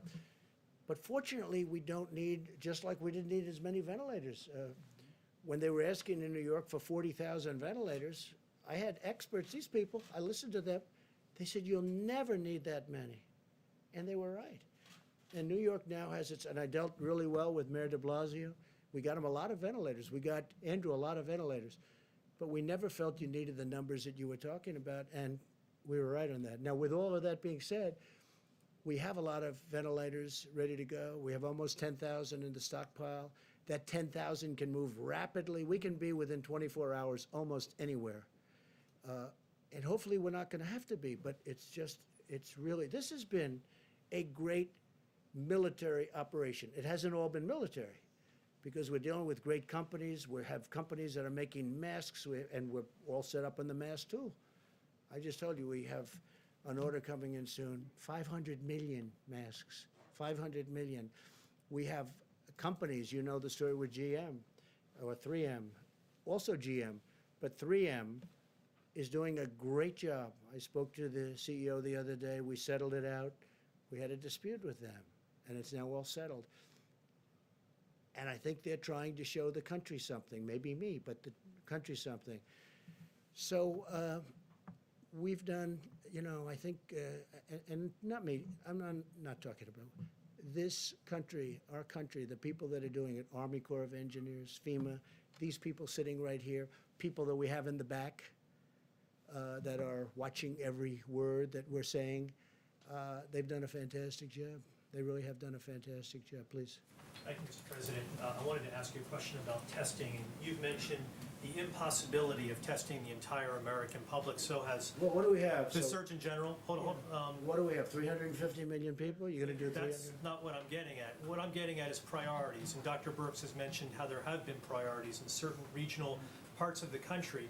And I wanted to ask you specifically about one industry in particular, and that's food processing plants. Is there a priority to get testing at food processing plants all across the country? Well, you're asking that because of what happened. It's a fair question, too. What happened in Denver? Because in Denver, I've never seen, I said, what's going on? We're looking at this graph where everything's looking beautiful and it's coming down, and then you got this one spike. It's, I said, what happened in Denver? And many people, very quickly, and by the way, they were on it like so fast, you wouldn't believe it. They knew every aspect. They had people going, not only testing, who did you see, where were you, how many people did you meet, were you out to dinner, in somebody else's home? Where were you? Where did this number of people come from? They are totally on it. Now, this just happened. I just saw it this morning. I'm looking at everything smooth, going down, topping out. Then you have this one spike in Denver. It's like, where did this come from? So we'll be looking at that, and we don't want cases like that happening. But this is the kind of thing can happen. This is very complex. This is a very brilliant enemy. You know, it's a brilliant enemy. They develop drugs like the antibiotics. You see it. Antibiotics used to solve every problem. Now one of the biggest problems the world has is the germ has gotten so brilliant that the antibiotic can't keep up with it.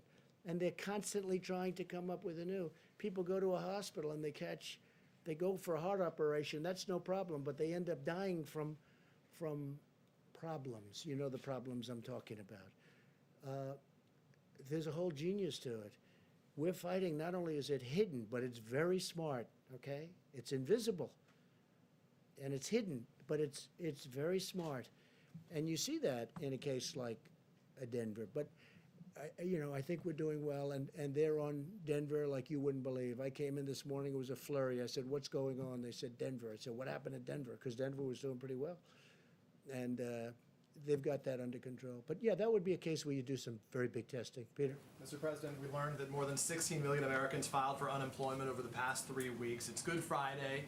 It's payday. We are seeing troubling, paralyzing lines at food banks around the country. What do you say to those Americans in need right this moment? Number one, I love them. Number two, we're working really hard. It wasn't their fault what happened.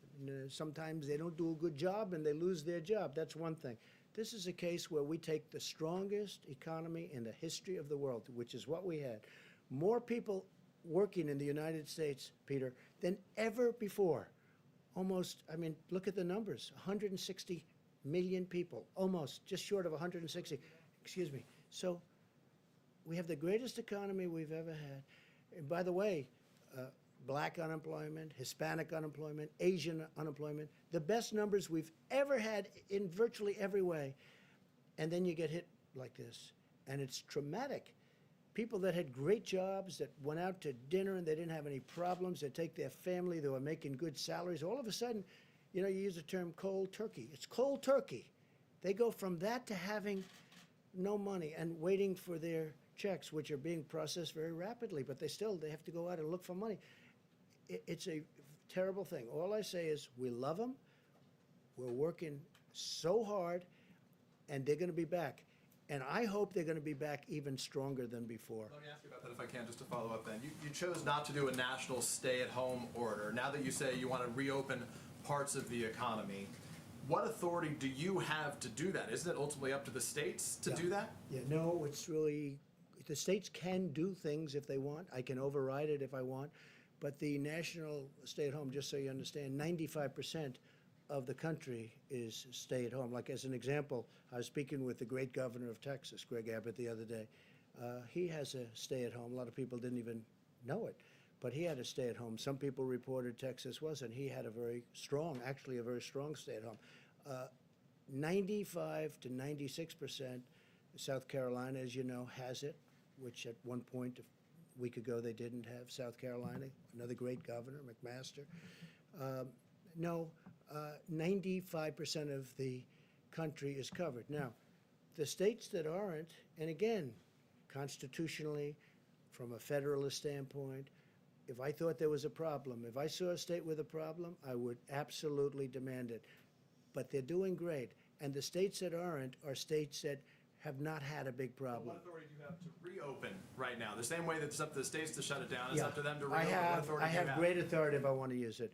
I would rather have the states use it. I would rather, and this is so shocking for me. A lot of people are saying, wow, he's really very reasoned, isn't he? A lot of people are shocked. They think I'd do what, I have absolute authority to use it. But so far, our relationship with governors and the job they're doing, I haven't had to do it. Would I do it if I saw a state that was out of control and they didn't have the stay-at-home policy? I would do it in a heartbeat. Jeff? Mr. President, there's obviously a lot of interest in how you're going to make that decision. What? That's a very big decision. What? I don't know that I've had a bigger decision than that when you think, right? I When you would think. I mean, think of that decision. Somebody said it's totally up to the president. I saw this one. It's totally up, and it is. I don't know that I've had a bigger decision, but I'm going to surround myself with the greatest minds, not only the greatest minds, but the greatest minds in numerous different businesses, including the business of politics and reason. And we're going to make a decision, and hopefully it's going to be the right decision. I will say this. I want to get it open as soon as we can. We have to get our country open, Jeff. You say, sir, what metrics you will use to make that decision? The metrics right here. That's my metrics. That's all I can do. I can listen to 35 people. At the end, I've got to make a decision. And I didn't think of it until yesterday. I said, you know, this is a big decision. But I want to be guided. I'm going to be guided by them. I'm going to be guided by our vice president. I'm going to make a decision based on a lot of different opinions. Some will maybe disagree, and some I'd love to see it where they don't disagree. Will there be risks? There's always going to be a risk that something can flare up. There's always going to, look at what's happening where countries are trying to get open and there's a flare up and they'll go. But I'd like the flare up to be very localized so that we can control it from a local standpoint without having to close. There's always a risk. This is genius that we're fighting. You know, we're fighting this hidden enemy, which is genius, okay? It's genius. The way it's attacked so many countries at so many different angles. And I mean, you take a look at what's going on. And the greatest doctors in the world, I think they're close, by the way, but they haven't figured it out yet. Look what it's done to some people. I mean, some people it's grabbed, and it's a horrible way to go. You want to know the truth? It's a horrible. And then other people it hardly has an impact on. We talked about it. It's sniffles. It's less. They don't even know they had anything. And some people. I looked at New York this morning, and I look at what's happening and the amount of people that are dying, and dying, violently dying. It's a very tough adversary, but we're going to win, and we're going to win it. We're going to win it very decisively. I'm going to have to make a decision, And I only hope to God that it's the right decision. But I would say without question, it's the biggest decision I've ever had to make. Quick follow-up for the doctors, if I may, for Dr. Fauci and Dr. Birx. The models, as I understand them, are based on social distancing continuing through May. Is that correct? And if you were to open the economy on May 1st or sometime during that month, would that impact the models in terms of the deaths that you expect? Want to answer that? We're taking turns today. Good. Good. So the model, the IHME model, does state that it's through May. We've had these model discussions, haven't we, for weeks now. So the models are informed by the data, and you can see how much that model has shifted on the amazing work of the American people. So I think that's what we're evaluating right now. Remember when I talked yesterday, I've been in public health a long time. I have never, except for Ebola, where we worked very closely with the communities about specific issues, we've never taken a countrywide or a global-wide approach to mitigation. This is unprecedented. I will tell you there is nothing in the literature about specifically what to expect, and I think that's why the models continue to modify themselves based on what actually has happened with social distancing and hand washing and all of the pieces that the American people are doing, the decreasing, the closing of the bars, the closing of the restaurants, no communal eating. That was thought to be a very big issue in many of the other cultures that went through this virus. So the models continue to evolve based on the impact. And so therefore, it makes it very difficult to interpret each component of social distancing and which ones are absolutely critical. Now, there's a way to do that in multivariate analysis potentially. Now, I want everyone to understand there are states that are testing.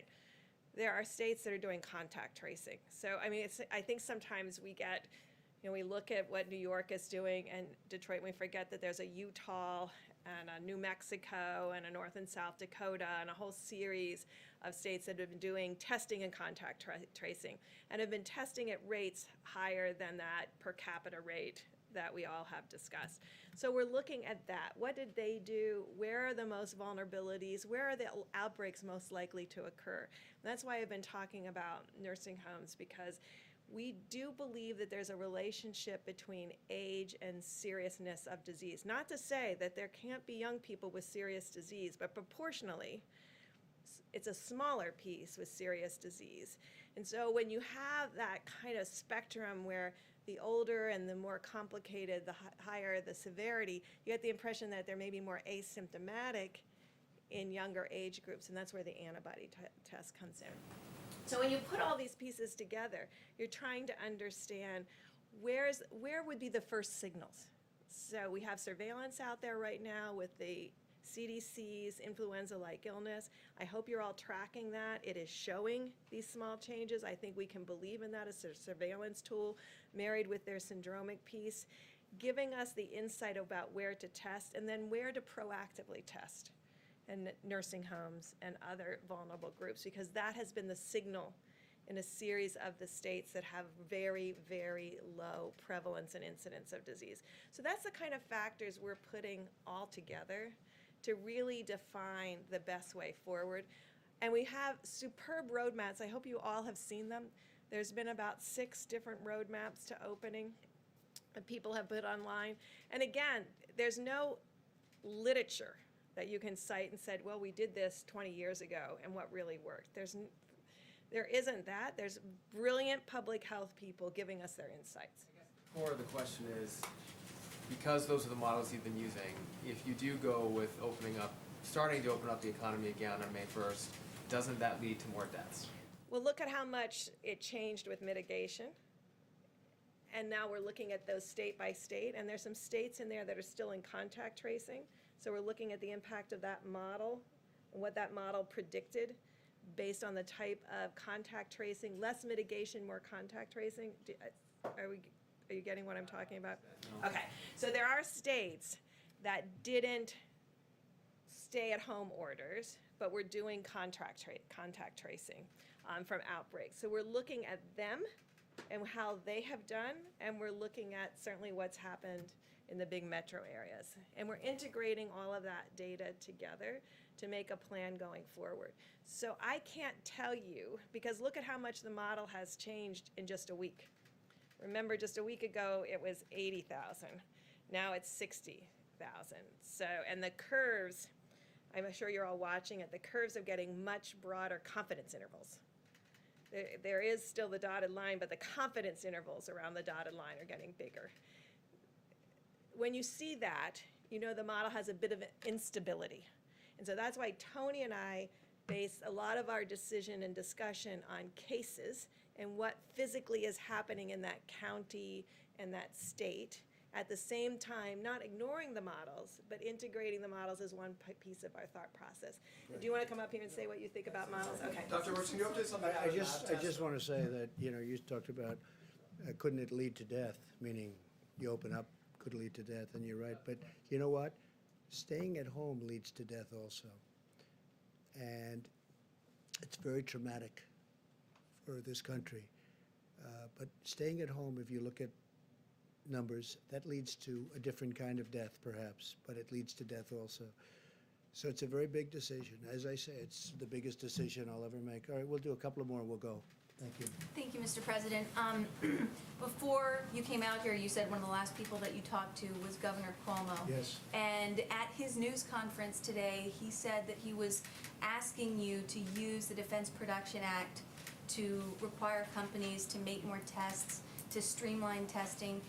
Is that something that you would consider, because you've considered it with ventilators? Well, the and- other side seems to keep using that, and I have used it. I've enacted it, you do know, and I've used it. Some people thought viciously. Just ask a couple of companies. If you want, you can just look up the names. And I'm surprised that he would have said that. We actually have great tests. We have others under development. You don't need full testing, as the doctors have been talking about ad nauseum. So I would be surprised that he would have said that, meaning it that way. If he did, I'd have a much different type answer. Go ahead. Well, didn't talk about it over the phone. We talked about testing. Yeah, we did talk about testing. And one of the things I did was I put the two doctors in charge of that call. I said, you know what, Andrew?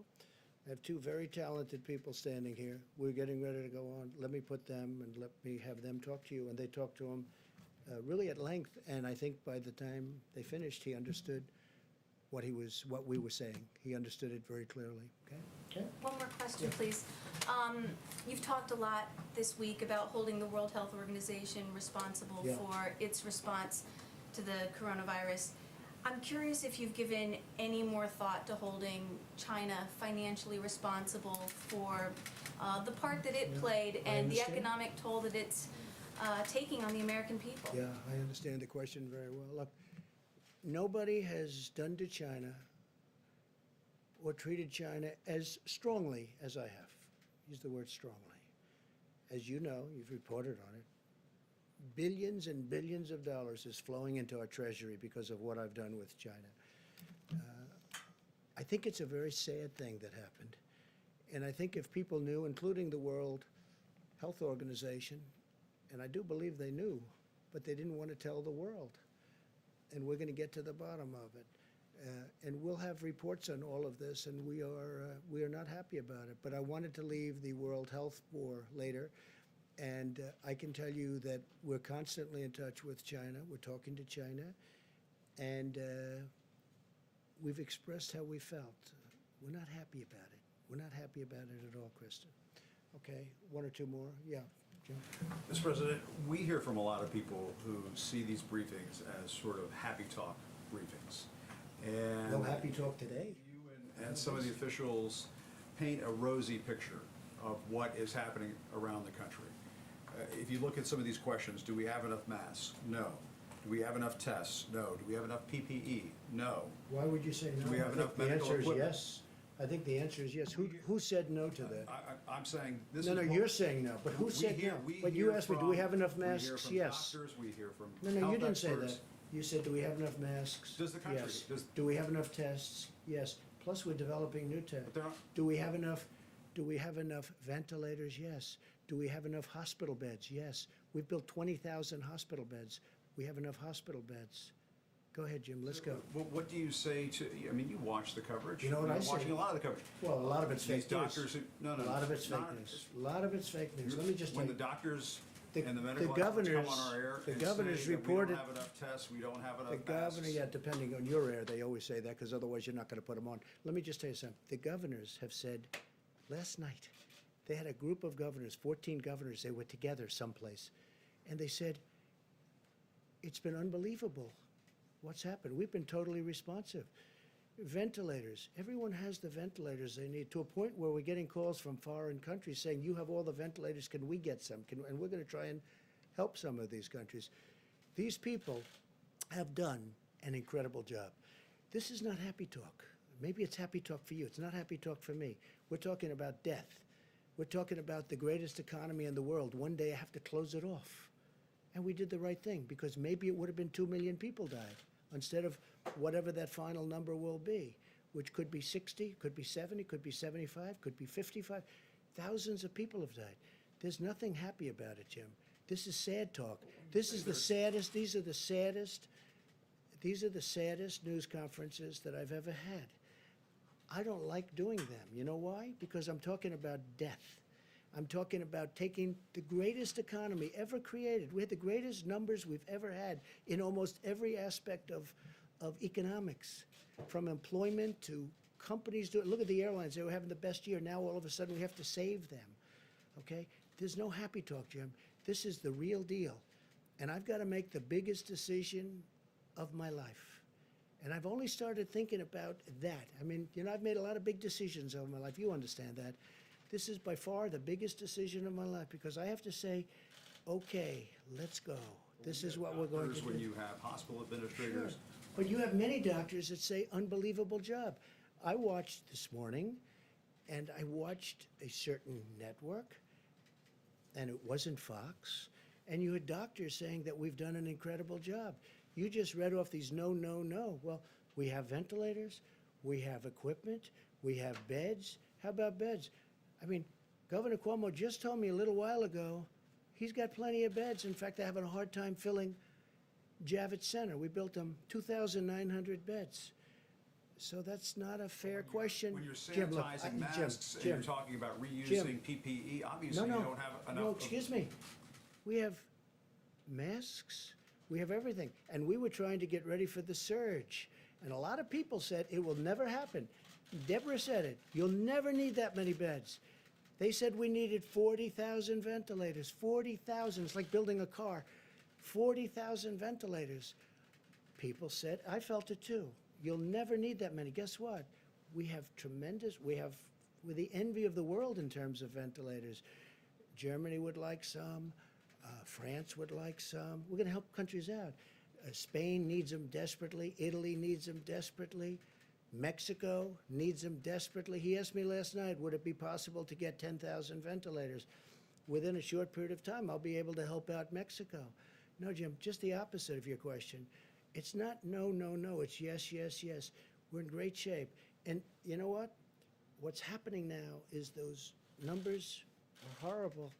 But take a look at the number of beds. We have beds available all over New York. New York really being the epicenter. New York has experienced something that has been absolutely horrific. I saw Hart's Island yesterday. I saw those people being buried yesterday. Fortunately, we have the beds, and you can speak to Mayor de Blasio, you can speak to Governor Cuomo. People can't even believe the job we've done. They can't even believe it. And I give tremendous credit to the military. There's been a military operation with private people. Wait a minute, wait. I give tremendous credit to our military, to the Army Corps of Engineers, to FEMA, to these people. The job they've done is incredible. And you shouldn't be asking that kind of a question. Jim, honestly. Had the country been better Okay, look, prepared I really don't believe you're that onset bad a of guy. this? You shouldn't be asking that kind of a question. You should say, you know what? It's been really incredible what's been happening. Jim, nobody's asking. What governor, let me ask you this. What governor, we have more tests than anybody in the world. We have virtually every country in the world calling us, asking us, how do we get these tests that you have? Your testing is the best in the world. How do we get it? They've done a fantastic job. And when you ask a question like that, it's very insulting to a lot of great people. Okay, one more, please. Please, go ahead. Thank you, Mr. President. You may have seen how Sweden has responded to the pandemic. The schools are open, bars and restaurants are open. Sweden's different. Do you regret not following that approach? Is that approach working? I think we could have have followed that approach. And if we did follow that approach, I think we might have 2 million people dead. And Sweden is having a lot of difficulty. You know, look, I'm very friendly with the leadership in Sweden. They took a different approach. They're a very disciplined country to start off with, but they did take a different. And, you know, other places tried it. UK tried it. The herd approach, okay? Herd. And they tried it. And you saw what happened in UK. It set them back a lot of time. It's been, you know, they're having a tough time. Other countries have tried it. And Sweden is suffering greatly. I mean, Sweden's suffering greatly. If we did the herd, if we went with the herd, as they say, we would have had potentially, I mean, you see the charts. Nobody knows. Nobody will ever know, fortunately, because we're going to be substantially less than the minimum. I certainly hope, unless something happens that would be tragic. So they had a minimum number. If we did, one of the reasons we're so far below that number is because nobody thought the American people could be so disciplined. Nobody thought it was possible. And I guess when they watched us up here every day and they watched other people and they listened to their representatives and governors, nobody thought that the American people could be so disciplined. They've been unbelievable. And because of that, so you have a minimum number of 100,000, and then you had the 2.2 number that if we did nothing, if we did just kept working, everybody go to work, people would be dropping dead on the subways. No. If we would have lost 1 million people, take the 2.2 million and cut it in half. Cut it in more than half. Make it 1 million people, okay? Now take that number and cut it in half. Make it 500,000 people. That's if we did nothing, right? It's unacceptable. It's too many people. So we spent more money on stimulus? Who cares by comparison? You take 2.2, you cut it in half, you cut it in half, you cut it in half, you keep cutting it in half. I don't care what number you choose. 500,000, 400,000. Well, we're going to have, we were talking 50, 60, 65, maybe. Maybe. But if we would have done what one country tried, and it has been very tough for them, you know that, very, very nasty, very tough.